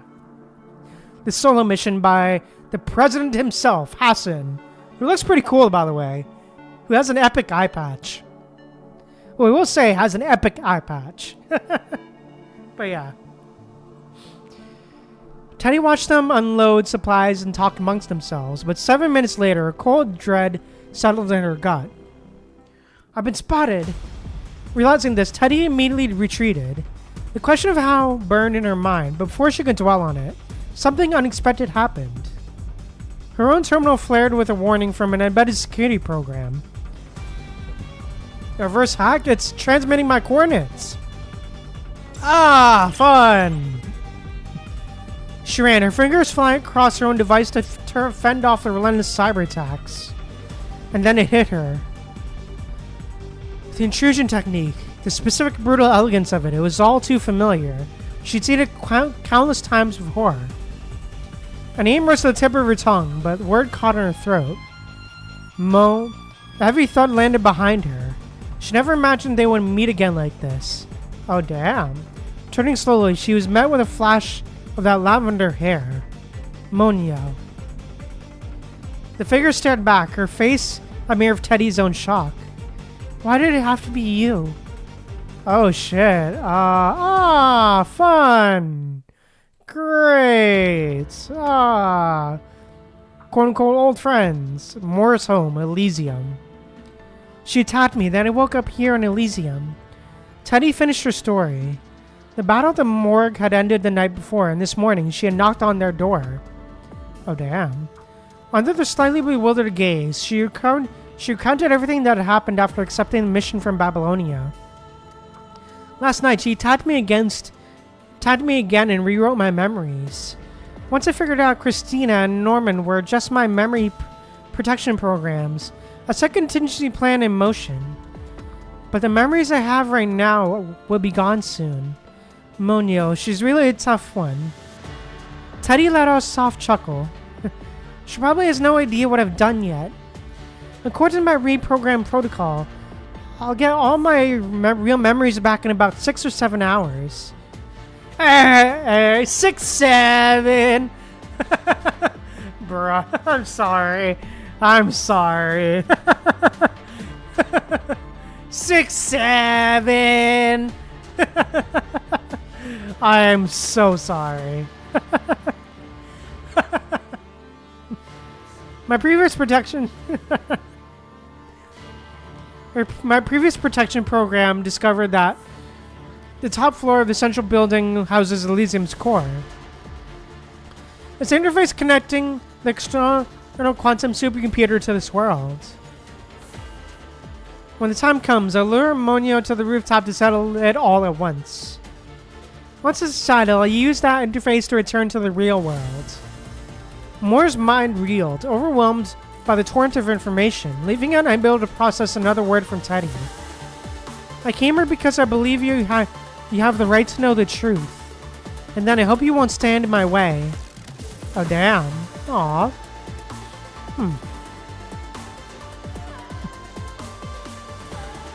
I'm not sure what Monio is planning. Her motives are too ambiguous. Teddy's gaze fell.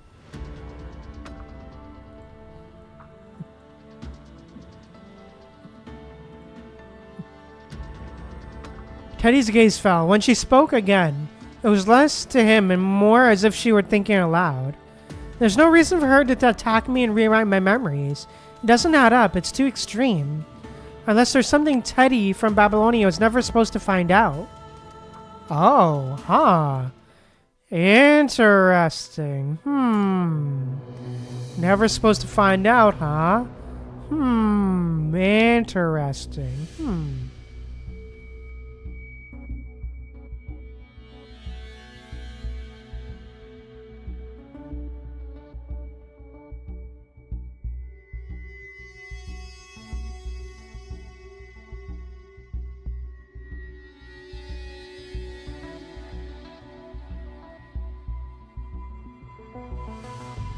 Just grab a sip of water here, and also gonna turn on the lights real quick. 1 second.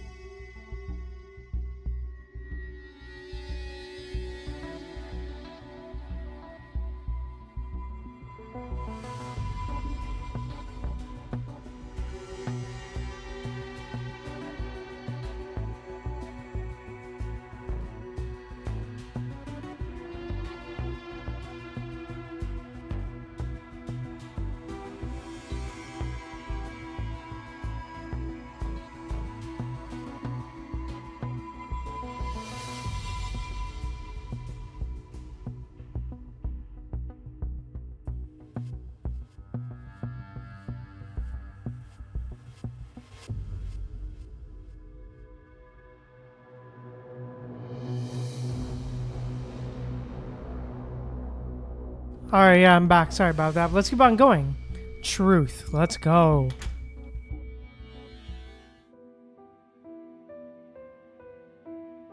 The door clicked shut behind Teddy, leaving Moore's home steep in silence. Ah. Inside, the air grew still and heavy. Moore could only stare vacantly at the sorrow ends of his windowsill, rendered speechless. Moore, you knew all along? As Teddy's account unfolded, Moore finally understood. The visions in his mind were not hallucinations, but memories. All the color drained from Elaine's face, leaving her deathly pale. Ah, dude. Yes, why? I couldn't accept it. Why did it have to be you? Why did you have to die? Her voice was a low whisper, yet it thrummed with a fierce refusal to accept fate. We've managed to live through so many hardships. Oh, damn. Aw. The ragged survivors, hardened by great sacrifice, picked their way through the peril-ridden infected zone. Never mind. Maybe don't tell Mika. Just say you passed by me on the ground and that Jamira and I are still traveling around. Aw. Alright.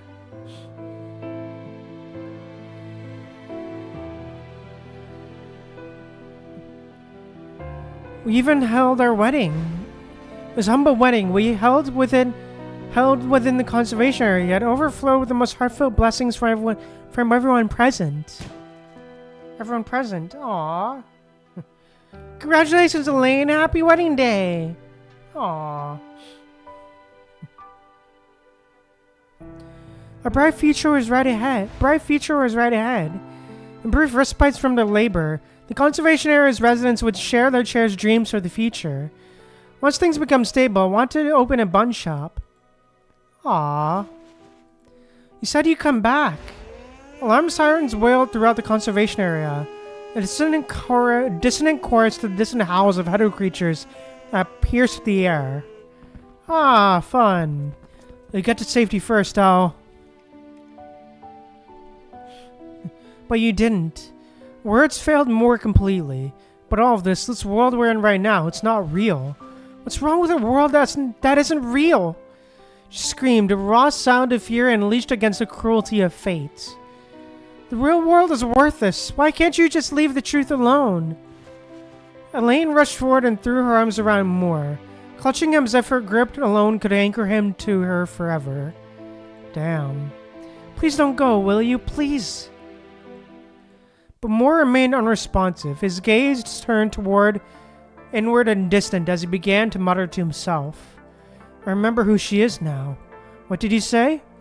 That black dress, the woman lying in a pool of blood. Ever since hearing the psychologist's words, Moore had been haunted by the memory of a woman in a black dress. Oh. As Moore spoke, a chill seeped through Elaine's body.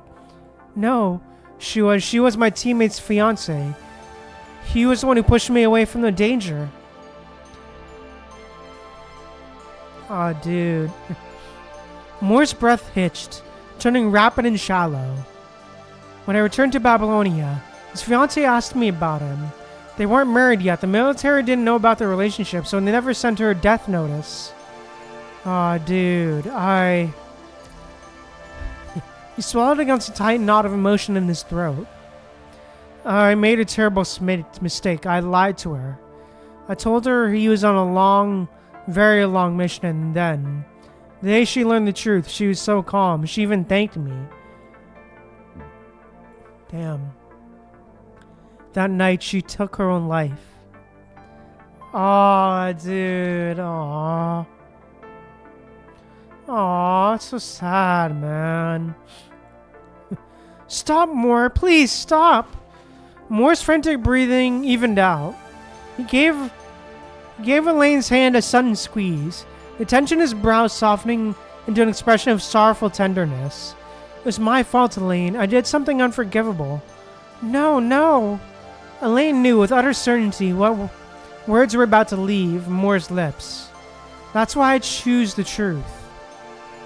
He turned to look into Elaine's eyes. I must pursue the truth. Hey, let's go. Conservation area. 3 months ago, surfaced conservation area. Fresh from a completed mission, Crow wearily walked into a tavern. After ordering an alcohol-flavored electrolyte, he glanced at Collie beside him. So what are you going to do with all that time off?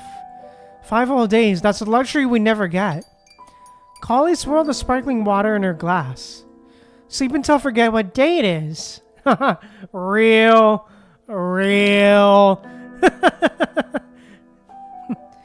Then some frame maintenance. Maybe just curl up with a few novels. Really, not even gonna step outside, see people? Let someone else have the fun. It's not for me. And you haven't figured it out yet. Gotta see more first. It's time to send his remains back to Babylonia. After that, all that's left is a name on the wall. I can't do it. I can't just face it. Lay some flowers there for me, okay? Crow didn't push the issue. Everyone mourned differently, and Kali clearly preferred to process her grief alone. Aww. After finishing his electrolyte drink, he stepped out into the night. Hey. The cool air cut through the haze in his head, and for a fleeting instant, Moore is there, standing right beside him. He wore that same goofy smile, but his fiery eyes pierced through Crow with the intensity of a physical wound. Hey, damn. Alright. Don't look at me like that. The blood and fire of that day came roaring back, a phantom dance of chaos around him. Oh, damn. Oh, wow. Though Crow's service record marked him as a veteran, death had never felt as intimate as it did then. A bone-deep chill seized him, and for a fleeting moment he surrendered to it, almost welcoming the rip of the head creature's claws. Ah, yes, creepy-looking monsters, indeed. But he lived. Moore had died instead. In the final second, Moore had shoved them to safety, a life for life. Aw, dude. His final expression was lost to Crow, but the memory of his orange-red eyes dimming into nothingness was severed into his mind forever. Aw. Damn it, I even promised I'd have your back. Crow remembered the wildflowers Elena mentioned. The ones that blanketed entire hillsides, the same orange red as Moore's eyes. What were they called again? Right, Sorrow's End. Oh, damn. Aw.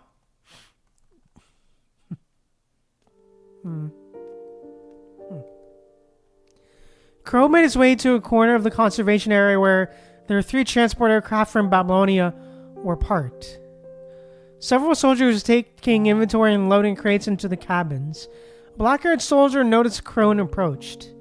Didn't expect to see you here. I haven't seen any orders for your return to Babylonia. Crow waved his hand. Those gaze lingered on the soldier's black hair for a moment. Aw. I'm not here for a ride. Need to ship something then? I'm here to see Moore one last time. The black-haired soldier was momentarily at a loss for words, offering only an awkward smile. Do you have the cargo number? The words had briefly left his mouth before he began to regret them. Cargo number, how ironic. No matter what dreams he had in life, no matter how brightly he once shone, after death, the system simply classified him as inventory with an SR prefix. Oh, damn. SR-A2034. The black-haired soldier silently lowered his head to check his terminal. Huh? After double-checking the information, he finally looked up at Crow. It's not here. That number doesn't exist in the logistics registry. Oh, damn. That's impossible. That batch of remains hasn't been shipped to Babylonia yet. You sure the code is SR-A2034? Yes, Moore. Yes, Moore from Praying Mantis. An unbearable silence settled between them, only broken by the soldier checking the registry again and again, while the fur between Crow's brows deepened. I'm sorry, I still can't find it. Where are all the remains? I need to see for myself. That's not allowed. Really allowed. It's Moore, you know him. Speechless, the soldier could only raise a hand and point toward one of the transport craft. They're all in there. Oh, damn. Crow rushed into the cabin, his movement swift as he navigated the rows of body transport pods. Oh. He bent low, scrutinizing each pod and meticulously checked every number, name, and pilot face behind the observation windows. Having paced the cabin 3 times in a futile search, he was forced to concede that Moore's remains were nowhere to be found. Oh, damn. After a while, the spectral image of Moore stood beside him, the man's silhouette seared into his artificial retinas. Damn, dude. Overwhelmed, Crow stopped in his tracks and pressed his palm over his eyes, desperate to block out the apparition's gaze. Oh, damn. Fun. Okay, Babylonia, recently. Crow watched into the secluded archive room. He'd been relentlessly investigating the matter ever since Moore's remains disappeared. This is the place, thanks to his lengthy service record and extensive connections. Crow's investigation had uncovered several leads. A Babylonian counselor had been regularly embezzling supplies through backdoor operations. And Moore's missing remains appeared to be connected. Oh, damn. Babylonian supplies for conservation areas are always coming up short.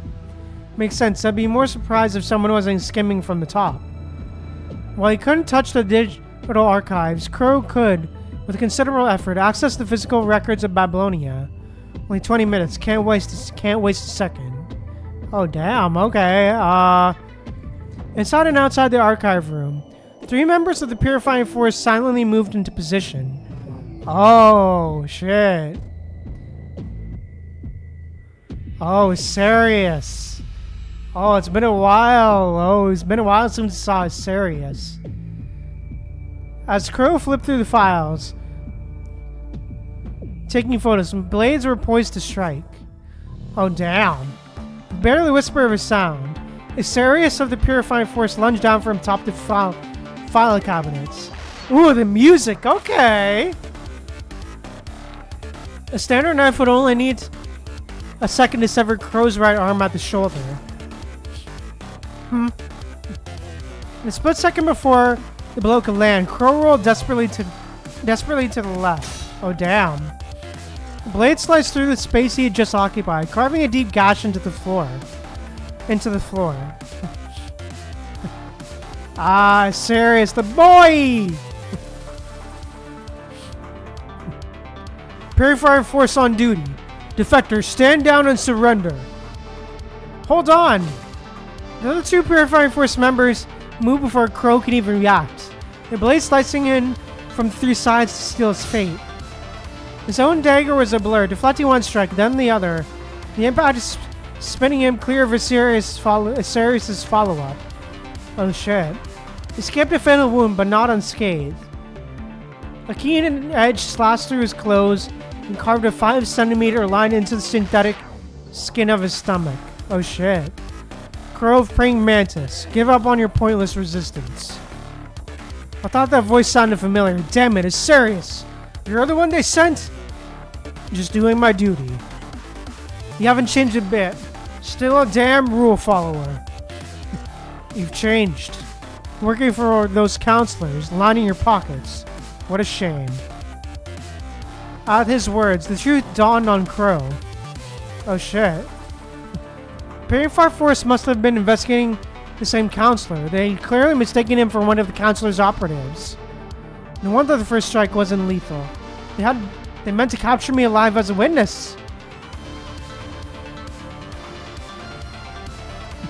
Is it too late to say this is all a big misunderstanding? Crow tightened his grip on his dagger, even if this was a misunderstanding. He doubted if Sirius would let him explain before striking. The man wasn't just a stubborn rule follower. He's one hell of a fighter. Thinking of the counselor he'd been investigating, Crow muttered a curse. That fucking Yan Zhen? Oh! Oh, the name popped up again! Ah! Interesting. Interesting. Yang Zhen, huh?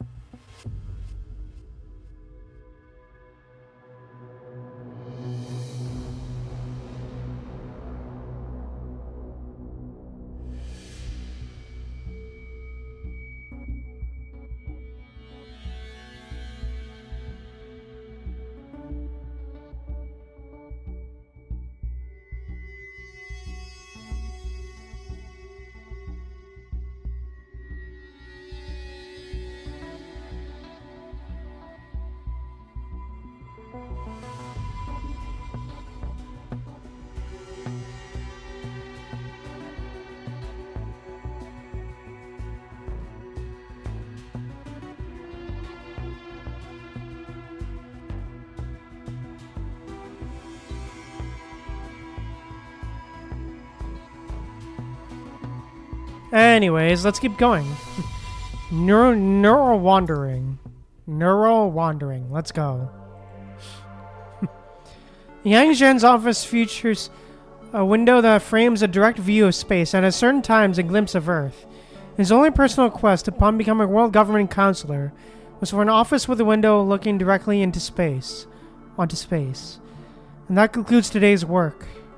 Ah, him again. He signs the following report with his right hand, softly utters the words, and claps his fountain pen with a single practice motion. I'm afraid your day isn't quite over, sir. You have a private meeting with President Hassan in 23 minutes. Ah, yes, of course. One last task. One last task of the day, sir. The world government still has need of you, after all. Yang Zhen answers his assistant's flattery with nothing but a faint, non-committal smile. Aw. Thank you. That'll be all for now. I can manage from here. Are you certain, sir? Yang Zhen nods, his gaze resting on the assistant who has been at his side for many years. I'm not entirely helpless yet. A brief glance from the assistant falls upon Yang Zhen's wheelchair. Understood. I'll take my leave then.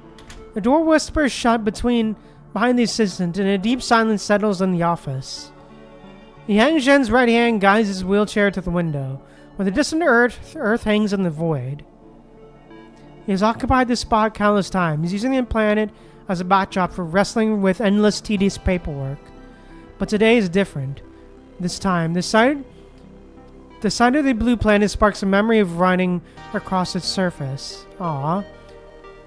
The recollection is immediate, visceral, and then it's gone. A pang of sorrow hits as he realizes the sensation has evaporated, leaving no trace. Damn. I was quite a runner once. His thoughts adrift.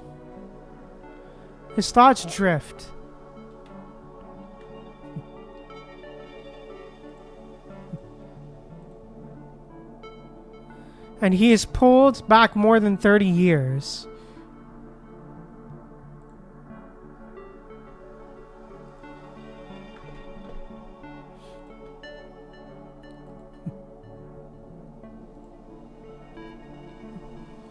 Damn.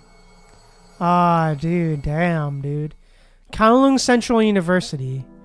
Under the dim glow of the track lights, 26-year-old Yang Zhen finished his evening run and spotted a friend approaching. Yang Zhen, I had a feeling you'd be here.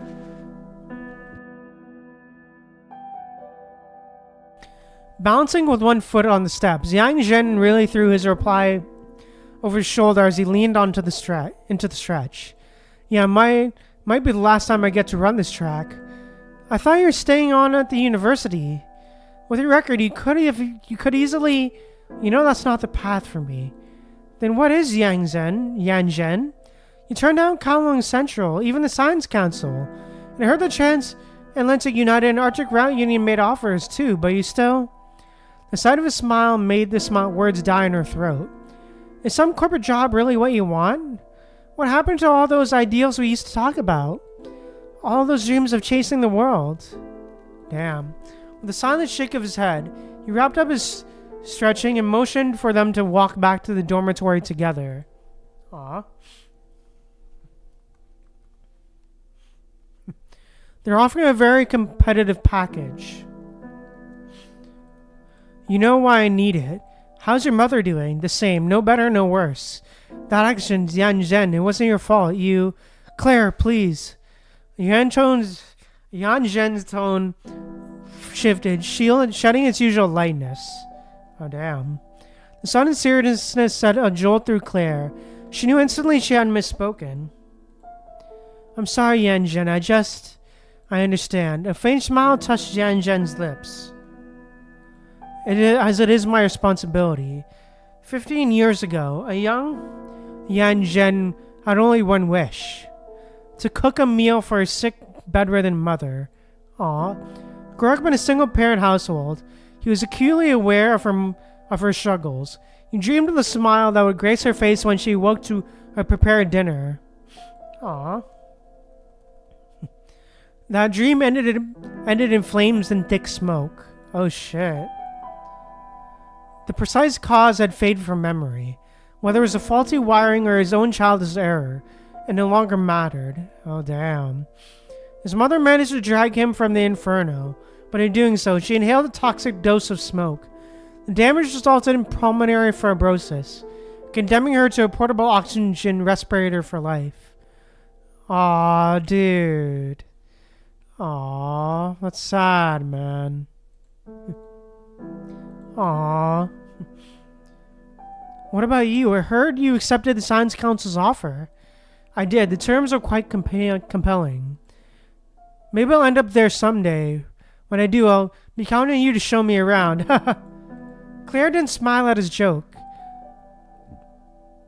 I will always... Claire, huh? Look.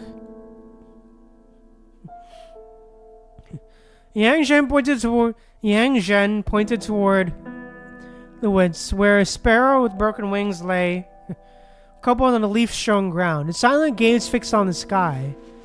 He walked over and crouched down, staring at this tiny, motionless body. Aw. Life is always so fragile. Clara remained where she was, silently observing the black-haired young man. She was struck, as she often was, by the inscrutable sadness that clung to his gentle, scholarly soul. Aw.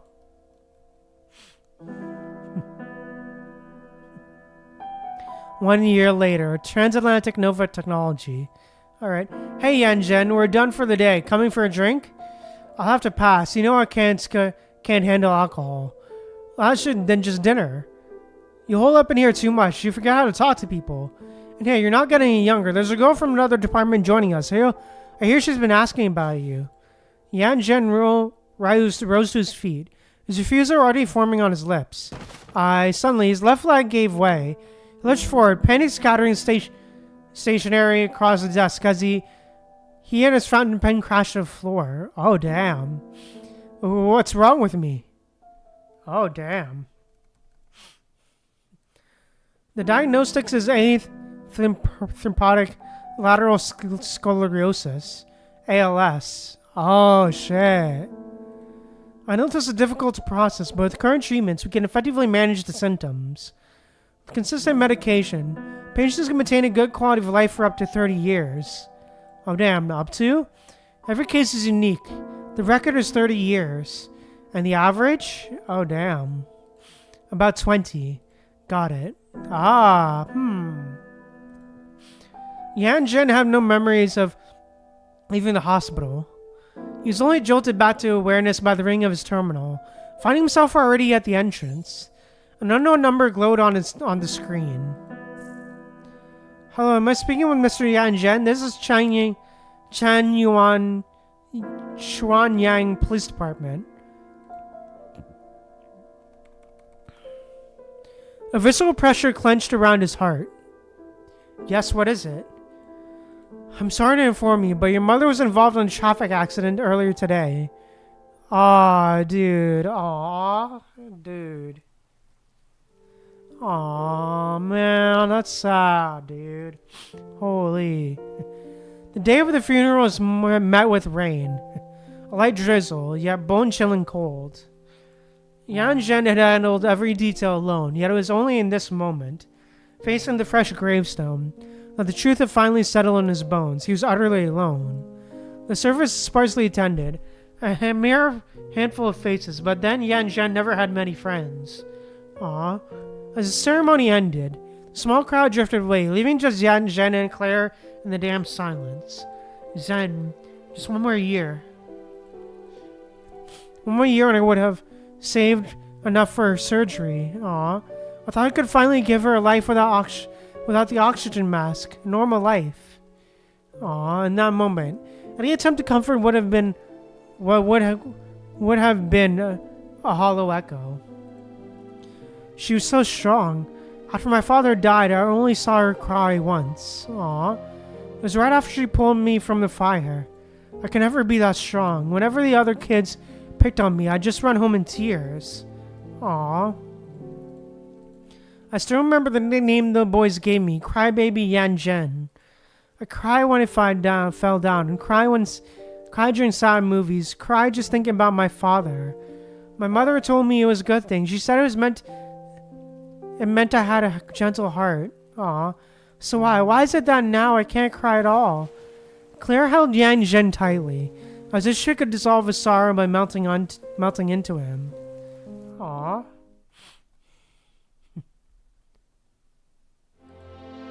A year after the funeral, they got married. Hey! Congratulations! It was a small, quiet ceremony, shunning any loud celebration. Hey. Only 3 days later, an unexpected visitor came knocking at their door. Hello, Dr. Yang Zhen. Oh, Hassan! Oh, President Hassan. Military? Not exactly. A politician? Yang Zhen studied the man briefly before him, a figure of roughly his own age, with a cautious eye. Whatever your purpose is, I'm not currently interested in any offers. Enrolled at Transatlantic United University at 17. Graduated at 20 to enter the Atlantic Route Harbor College. At 23, you declined their invitation for Kowloon, where you earned your doctorate in neuroscience from Kowloon Central by 26. You also managed to complete his second master's in computer science while you were there, am I correct? I must say, it's a truly remarkable record for a 26-year-old. That's all public information. Anyone with a terminal could find it. After your doctorate, you declined offers from several prestigious institutions, including a science council. Yang Zhen furrowed his brow. Oh damn! Chose a corporate path for the compensation, and the reason was, that's enough. If that's all you came to say, then this conversation is over. Have you heard of the Dark Rooms? Yang Zhen froze for a moment. Of course he had heard of them. Oh damn.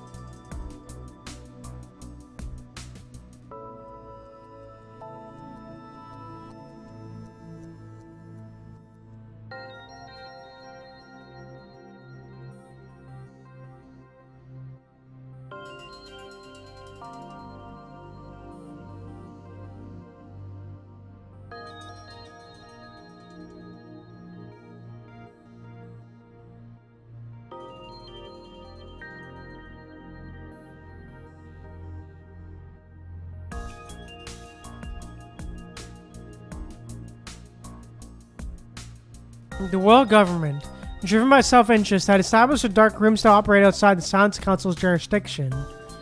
There, unlike the stubbornly independent Science Council, every research direction was entirely under the government's authority. The Dark Rooms weren't a complete secret to the academic world, but their crucial details, their number, location, and projects were known only to a handful of officials, even within the world government itself. Are you with the world government? Let's just say I'm a messenger. Oh? Who's messenger? President Trillards. Ah! After a moment of surprise and hesitation, Yang Zhen moved aside, making room for his visitor to come in. Ah, interesting. Okay. Okay, your name? Hassan. Just Hassan. Ah, Aha. The third dark room. Though we had never set foot inside Science Council's headquarters, Yang Zhen had built a vivid picture of it in his mind from countless stories. He envisioned the magnificent building with its massive stone carvings like an eternal flame, and the great relief hanging overhead marking the facility as their era's own Academy of Athens. The dome was adorned with a constellation of scientific genius. Babbage, Da Vinci, Feynman, Fermi, Newton, Dirac, Einstein, all there for visitors to admire. He had heard some Science Council members say, in the golden age and on the road of science, we are nothing but bricklayers. Bricklayers don't deserve to be carved into the wall. Yet Yang Zhen sometimes allows himself to imagine standing among them one day, observed and revered by future generations.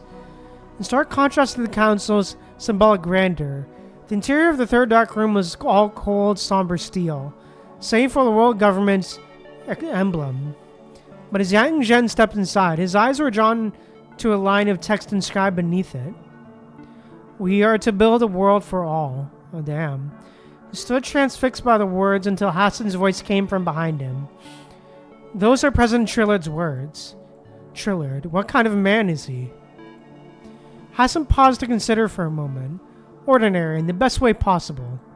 An ordinary man became the first president of the world government? Ah, damn. Hassan extended his right arm to Yan Zhen, gesturing for a handshake. Of course, Doctor, this is a world where anyone can contribute, including you. After a moment's hesitation, Yan Zhen took Hassan's hand. Hey, alright. Dr. Yan Zhen, welcome to joining us in building a better world. Hey. Beneath the towering world government emblem, their paths began to converge. Oh? Oh, interesting, okay. After following Hassan into a private office, Yang Zhen can no longer resist asking the question that has been on his mind. Why me? The Science Council has minds far more brilliant than mine. When I was in Kowloon, I heard of a prodigy who earned his doctorate at 16. Oh, damn. Hassan smiled, fixing Yang Zhen with a gaze that seemed to peer straight into his soul. Yang Zhen shifted uncomfortably at the sofa. And what's your assessment of this prodigy? I never met him. I only have secondhand gossip. It wouldn't be a fair judgment. Now let me ask another way.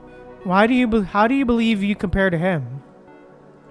The desire within him screamed to be acknowledged. Say it. Yang Zhen remained silent for a long time. I believe... Say it. He's just lucky enough to have the right family connections. Say it. Oh, damn. But I am exceptional. Hassan remained non-committal. Your paper from your transatlantic United Years was fascinating. Invasive brain-machine extensive applications, a hypothesis. Chapter 1. The extension of consciousness.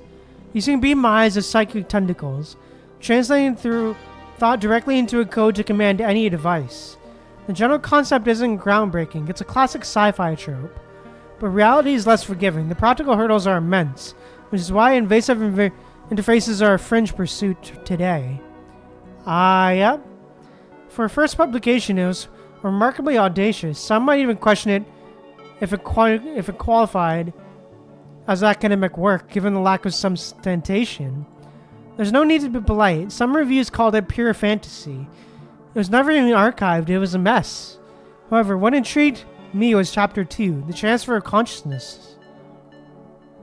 The idea of tethering the mind to the network, allowing consciousness to navigate the digital realm. That's hardly an original concept either. It's not worth your... Hassan interrupted Yan Zhen before words could fully leave his mouth. Damn. It could be implemented. Yan Zhen was rendered speechless, a flood of thoughts racing through his mind. Oh, damn. That's way too far-fetched. Are you sure you want to dedicate all your efforts to this direction? Yeah, promise. Don't squander it on a dead end. Damn. Don't you worry about what they say. I always know you're meant for something extraordinary. I can't believe that paper was ever published. He must have had connections. It's complete nonsense. Keep your voice down. Who knows if he'll implant a chunk of metal in your brain one day. Ha! If this could ever be realized, think of the patients with disabilities with partial paralysis. Have you seen empirical evidence? No, I didn't. Yan Zhen's reaction didn't surprise Hassan. That's impossible.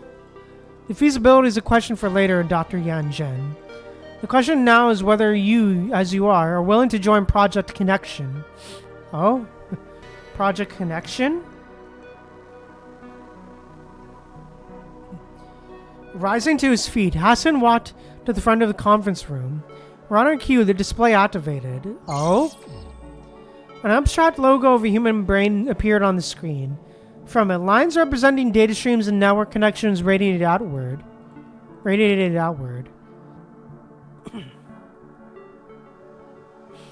Yet to Yang Zhen, the image inexplicably brought to mind the form of an abstract two-dimensional tree.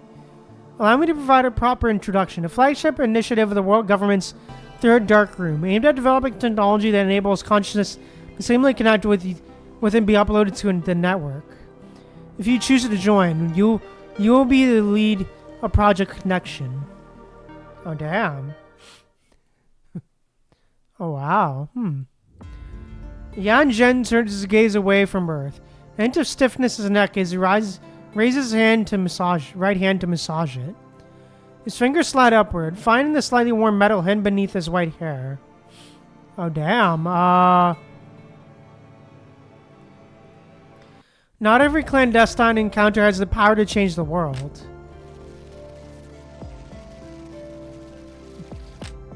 The project began smoothly, with the prototype rapidly taking shape.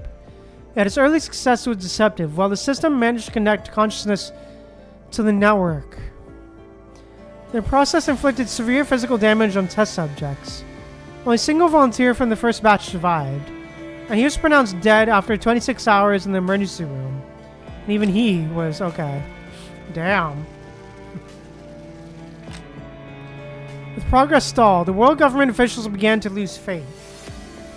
The final blow came when a rival breakthrough on consciousness digitalization from Construct Tech emerged, prompting them to terminate Project Connection entirely. Oh, damn. Ah, fun.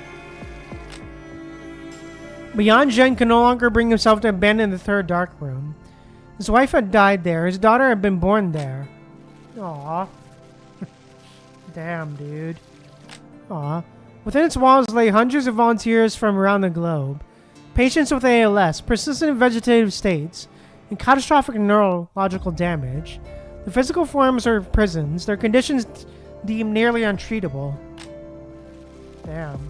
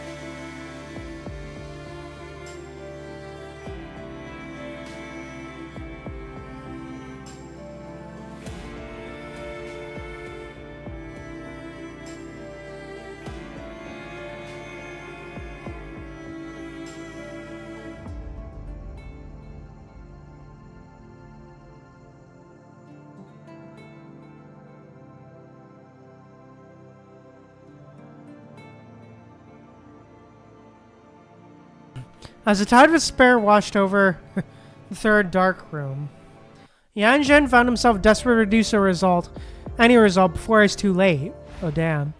Now we're getting to the good part, huh? Oh shit, Yan Zhen's train of thought shadows as a single blinding signal flares through every neuron at once. Oh shit, pain. Get back! But back to where? I am you. Ah shit, yeah. Ah damn. Or should I call you Abel, my brother? I am the real Yan Zhen. Is that so? And who, pray tell, gets to decide that? Ah, fun. In a desperate gambit, Yan Zhen takes his life from the second-generation brain computer, becoming a human test subject. That was when the whispers from the darkness first found him. The true catastrophe, however, was still lurking. Using the second-generation brain computer's flawed result, Yan Zhen manipulated all fractions, barely sustaining the third dark room's operations. Hey, alright. Damn. His pleas reached countless companies and organizations. And his persistence was finally met with an official offer, with a token offer from the Norman Mining Corp. Oh, damn.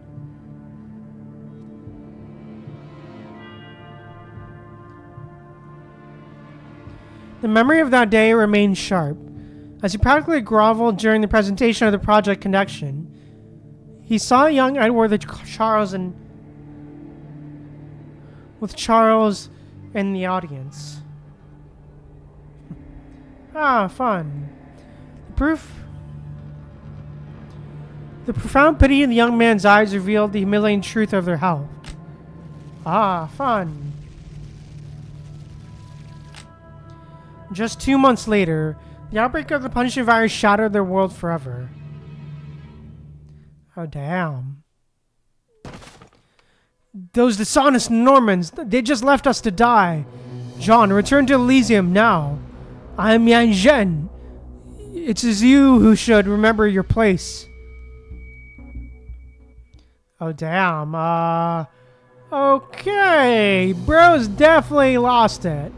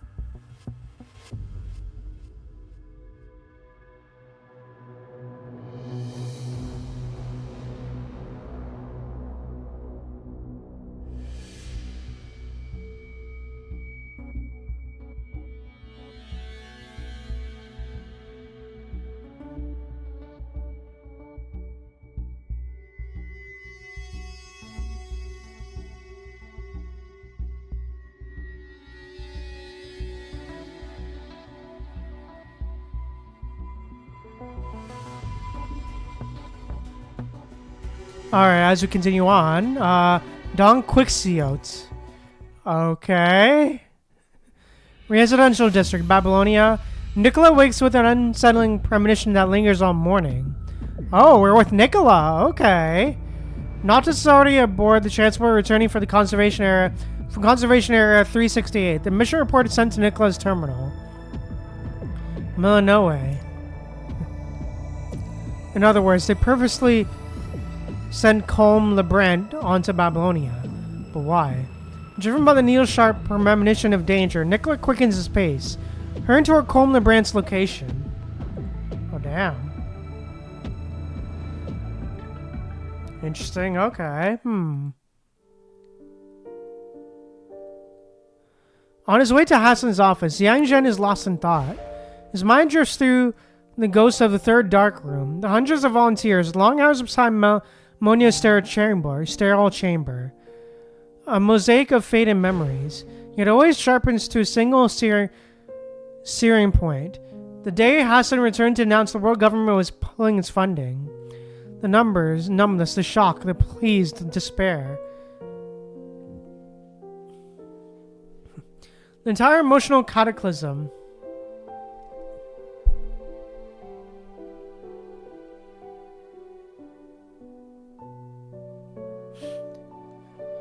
The entire emotional cataclysm has blurred into a dull ache. Ah, fun.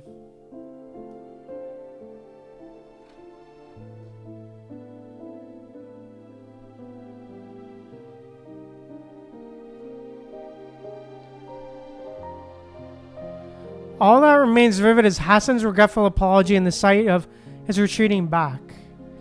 Hassan was a messenger, truly. First he delivered hope, then he delivered despair. Damn, dude. Years later, Yang Zhen found his way to Babylonia. His expertise earned him a place within the very machine that has abandoned him. He'd even placed him across his table from Hassan professionally, but not once did the man mention the third dark room. Hey, damn. The past recedes as the present reasserts itself. Hassan's office door now stands before him.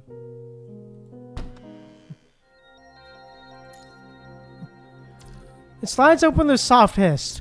Without touching the controls, Yang Zhen guides his wheelchair forward, the machine gliding silently on the path of his thought. Alright. Hello, Dr. Yang Zhen. Just as he did 40 years ago, Hassan calls him Doctor. The title is a fossil, a relic from a world that no longer exists. Counselor will suffice, Mr. President. Hassan gives a smile. I thought Doctor would be more symbolic. Symbolic, ha. The nearby coffee machine sputters to life. Yan Zhen accepts a cup and takes a slow, deliberate sip. Okay. The same beans as before. Though the city is much sharper now. These are not the best of times. Yan Zhen remains non-committal. For certain people in Babylonia, I imagine life continues unchanged. Is that what you believe? I've done a great deal of thinking over the years. What happened with that then cannot be laid solely at Charlotte's feet, or yours. The Parliament is a tapestry of conflicting interests. Progress was always an uphill battle. Chrono, Earth loyalists like you, and Nicola, the Voyagers, the emerging space generation, those upstarts from FOS, not to mention the short-sighted opportunists. Damn. It was impossible, just impossible.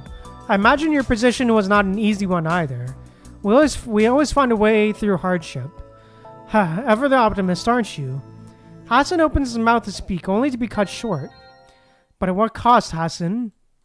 Yan Zhen's gaze looks straight through Hassan, fixed on a distant, invisible point. His voice is a blend of weary acceptance and the faint, sharp edge of the old resentment. When did it have to be you who came to the third dark room to tell me the project was cancelled? And yet you were the one who first offered me that hope. Hassan, is this broken world the future you envisioned when you abandoned the one I was fighting for? Tell me. Yan Zhen produces a standard issue handgun from his coat. He raises the dark barrel toward Hassan, his own eyes just as hollow. Are you sure this is the path you want to take? Oh shit. I have one more question. Back then, was Project Connection emblem a tree? What gives you that impression? A bitter smile touches Yang Zhen's lips. Then allow me a prophecy, You'll become the sinner, and I the jester who cheers you on. You once said anyone who could become president of the world government, then we shall see if that is true. Ah, fun, great. Ah, great.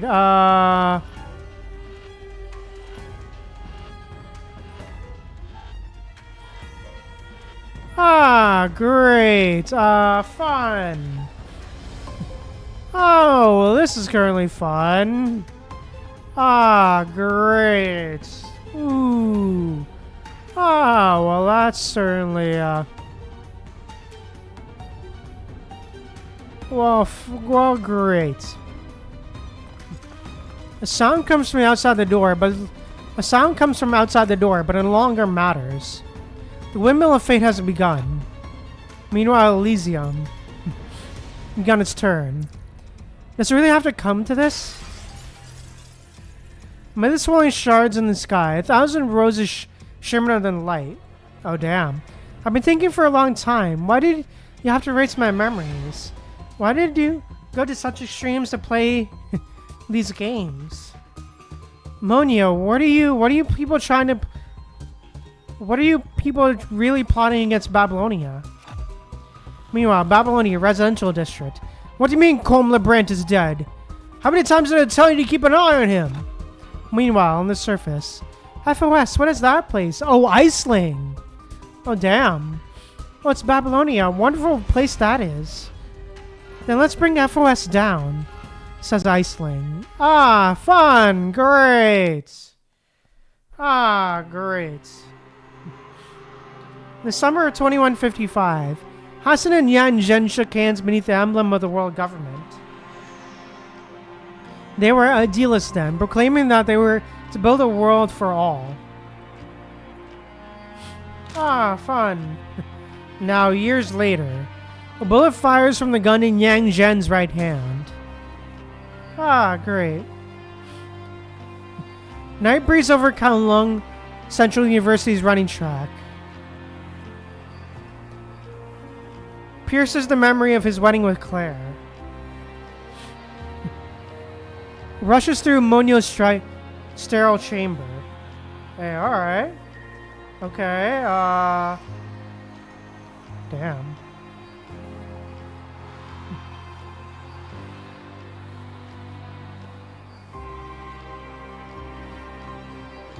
As he shoots through Hassan's body. Damn. Oh shit, well, okay then. Four constructs burst through the doorway.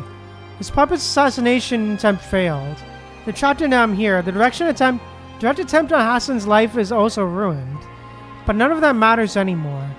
It's time for the hypocritical banner in the sky to fall. Forgive me for this, but I regret nothing. Ah, great.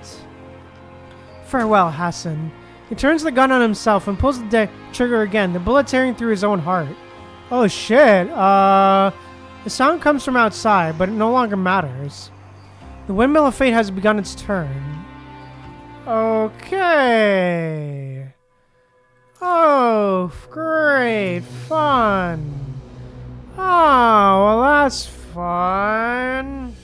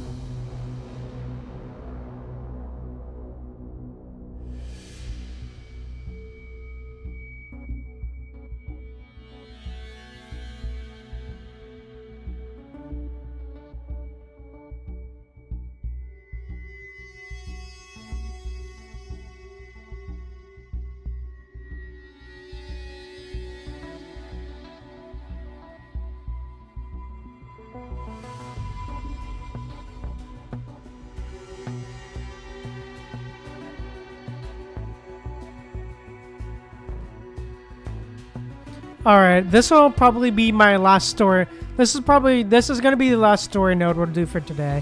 So, yeah, let's go. This is gonna be the last story node we do for today. So, yeah, let's go. Rebirth. Oh, shit. Psychological Clinic, Elysium. Lightning plays a suggestive role in psychological counseling, which is why the clinic maintains carefully calibrated illumination both day and night. Until, however, the office lies in darkness. Oh! Oh, I can't believe I just caught that. God damn it. Same. God damn it. I can't believe I forgot. Just caught that. John reclines on his soft chair, eyes closed, surrendering to the dark reverie. Most people are drawn to the light by biological instinct, a trait that makes someone like him who cherishes the shadows a stark contrast. People like him are known as shadows. He opens his eyes, his gaze settling on the decorative vessel on the table. Eh? It holds clear water, a canvas for psychological suggestions. Depending on his visitor, he adds a different colored dye.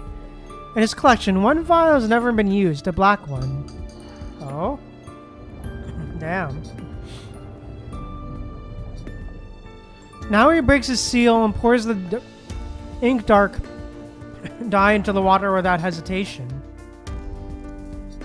The clarity vanishes, swallowed by in an instant by a spreading darkness that merges with the shadows in the room, and with him. Oh.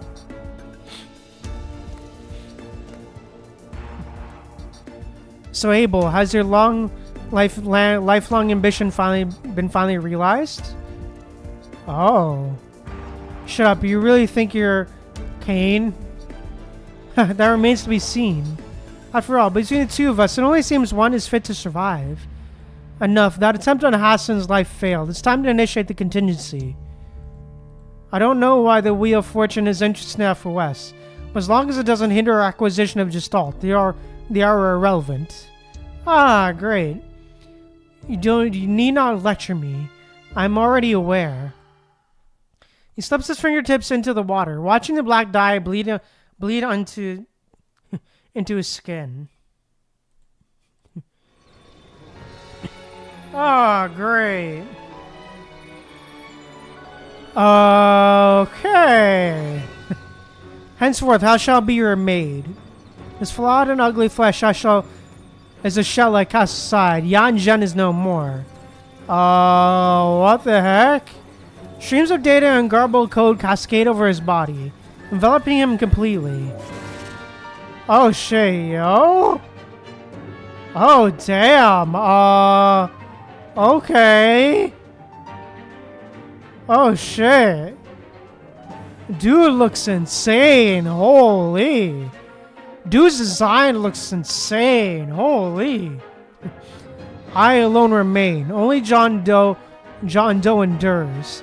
I am the green-eyed demon. I am the sixth sin. I am John Doe. I am envy. Oh shit, yo. Okay.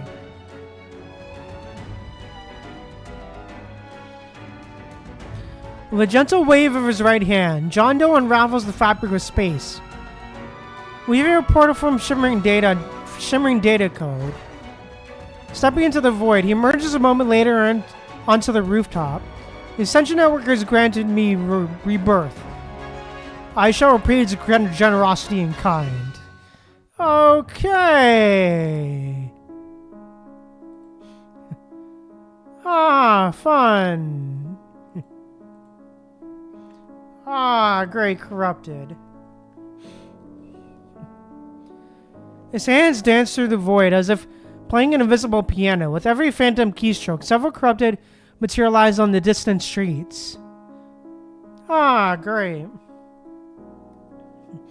Elysium shall be our stepping stone to Gestalt. Ah, fun.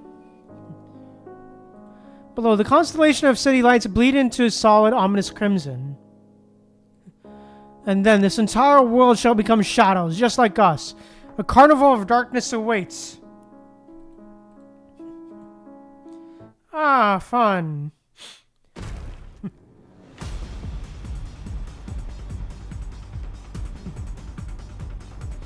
What the hell's your plan, Monyo? Teddy and Mori begin to block Monyo's attacks together, but the fight remains a stalemate. Elysium is Monyo's domain. As long as the battlefield remains here, she holds an overwhelming advantage. Why do you have to know the answer, Teddy? All you need to do is stay in Elysium until this is over. Don't you hate that cage with every fiber of your being? So you're planning to destroy Babylonia? Between attacks, Teddy tries to probe Monyo's true intentions with her words. I only care about Elysium. You only care about Elysium. And who's your partner? The one who's actually plotting against Babylonia. Oh, damn. This time Monyo doesn't answer. Instead, she silently increases the rate of fire from her drones. Oh, damn. Suddenly, Teddy recalls her previous conversation with Hassan. Let's be clear, I'm not looking to get entangled in her schemes. I just do my job. In a flash of insight, Teddy sees all the pieces of the puzzle fall into place. Oh, damn. Quantum supercomputer without AI, core of Elysium, digital paradise. So I've been a pawn in this from the very beginning. What's the silver? I'm billing them for every single credit. Bruh, really?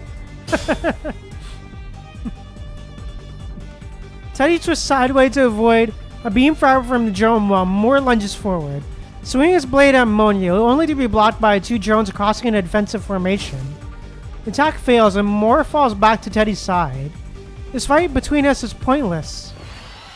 Oh shit, A piercing scream shatters the standoff as the three turn to crimson glow blooming in the distance. The surface seething with countless blood-red specks. Ah, great. The city's artificial silence is ripped away as residents awaken and flee. Elysium is suddenly overrun with corrupted. A red tide drowns the neon lights, transforming downtown into a hunting ground as the city's edges begin to crumble. Ah, fun.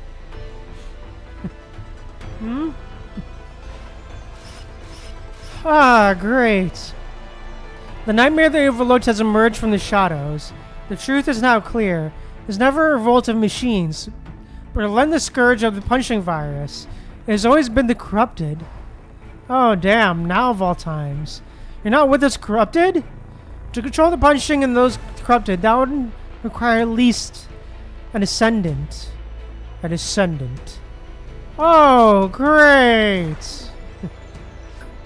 A strange voice echoes from nearby, snapping their attention to its source. From a dark hole, a pitch-black void streaming with data, a figure materializes. It is cloaked in cyan flames and poses a body of pure mechanical structure. What did I say? A hacker showdown. Hacker showdown. The Ascendant turns to Moore. It's been a while, Inspector. Oh? Oh, perhaps you recognize this form better. Ah, great. A torrent of data and garbled code cascades over the Ascendant, and within the digital deluge, his form consorts into the familiar form of John, the psychologist. Ah, great, John. Moore growls the name through clenched teeth, his voice thick with fury, but in the next instant, the Ascendant vanishes from their sight. Ah, great. Oh, damn. A tremendous force slams into Moore from behind, catapulting him through the air. He tumbles, a ragdoll against the hard ground, before skidding to a halt. Ah, fun. That speed, no, it's not just speed. He hacked our visual feeds. Ah, fun. Monyo, the plan to assassinate Hassan has failed. The sudden announcement catches everyone present off guard. So this is what you've been plotting. Oh, damn. What have you done to my father? The Ascendant's gaze slides past Teddy and locks onto Monyo. Yanzhen, his force shifts again, and he looks up at Monyo from a wheelchair. Monyo, help me. You? Oh God. The Ascendant's true form reasserts itself, and he offers a sneer of pure derision. Yanzhen is no more. There's only John Doe. Oh shit. The roar of rage. Monyo charges toward the Ascendant, with Jones flaring at maximum power. The storm of virus programs and energy beams converge into a single furious assault. Oh damn. The Ascendant effortlessly neutralizes it. Ah, great. How do you also have Elysium security clearance? Wondering that, are we? Oh shit, in order to question completely, the Ascendant transforms. This form dissolving into the swirling data streams, only to recoalesce into a perfect copy of Monyo. This might be a nice form to play this game in the Unwinged, isn't it? Oh, great. Then you call me the pseudo-Unwinged. Oh, great. Ah, fun. Moore rushes into the fray, but after a few brief exchanges, he's brutally driven back. Oh, damn. You're merely a walking corpse. Your very existence is only possible because of my creation. Oh, damn. Not only are you ungrateful, but you dare raise a blade against your creator? Pathetic. Outside this world, you are nothing but a cold, lifeless body. Just cut the crap. Hey, alright, let's go.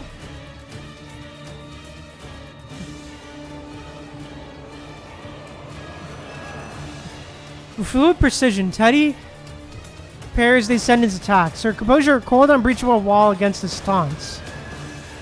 Oh, and you, still curious about what's happening in Babylonia? I've lifted the information blackout. See for yourself. Instantly, Teddy registers the cacophony. A flood of alarm sirens and panic calms traffic. This is the reality of Babylonia's current state. Oh, shit. Oh, great. So this is where... Oh. And this is where we left off where at the end of Liv's chapter. Oh. Warning, orbital height fluctuation. Warning, high concentration bunch of atoms detected. Please proceed immediately to the nearest evacuation vessel. Babylonia's main propulsion engine has been locked down. Every alarm screams the same truth. Babylonia's plummeting toward Earth. Oh, fun. Great. Ah, great. How is this possible?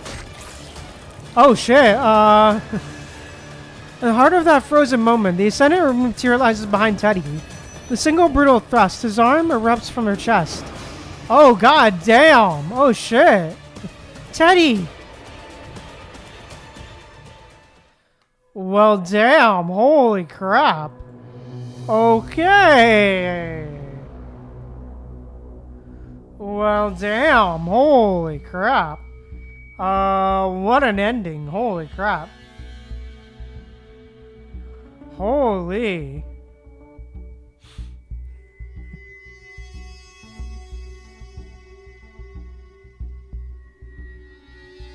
Wow, what a cliffhanger to end on. Jesus. Jesus, what a cliffhanger to end on. Things really seem to be going crazy. Holy. But yeah, super interested to see what's next in terms of story. But yeah, wow, oh wow. Holy, what a way to end it. Jesus.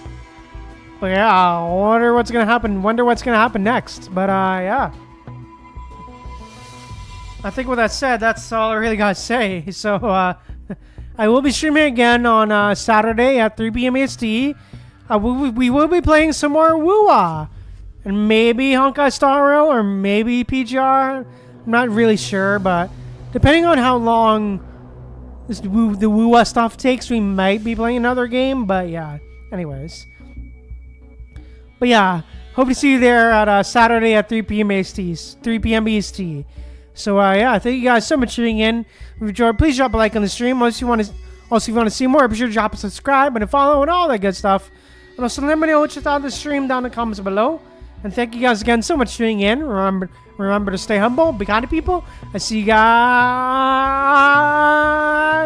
later. Bye, bye, bye, bye.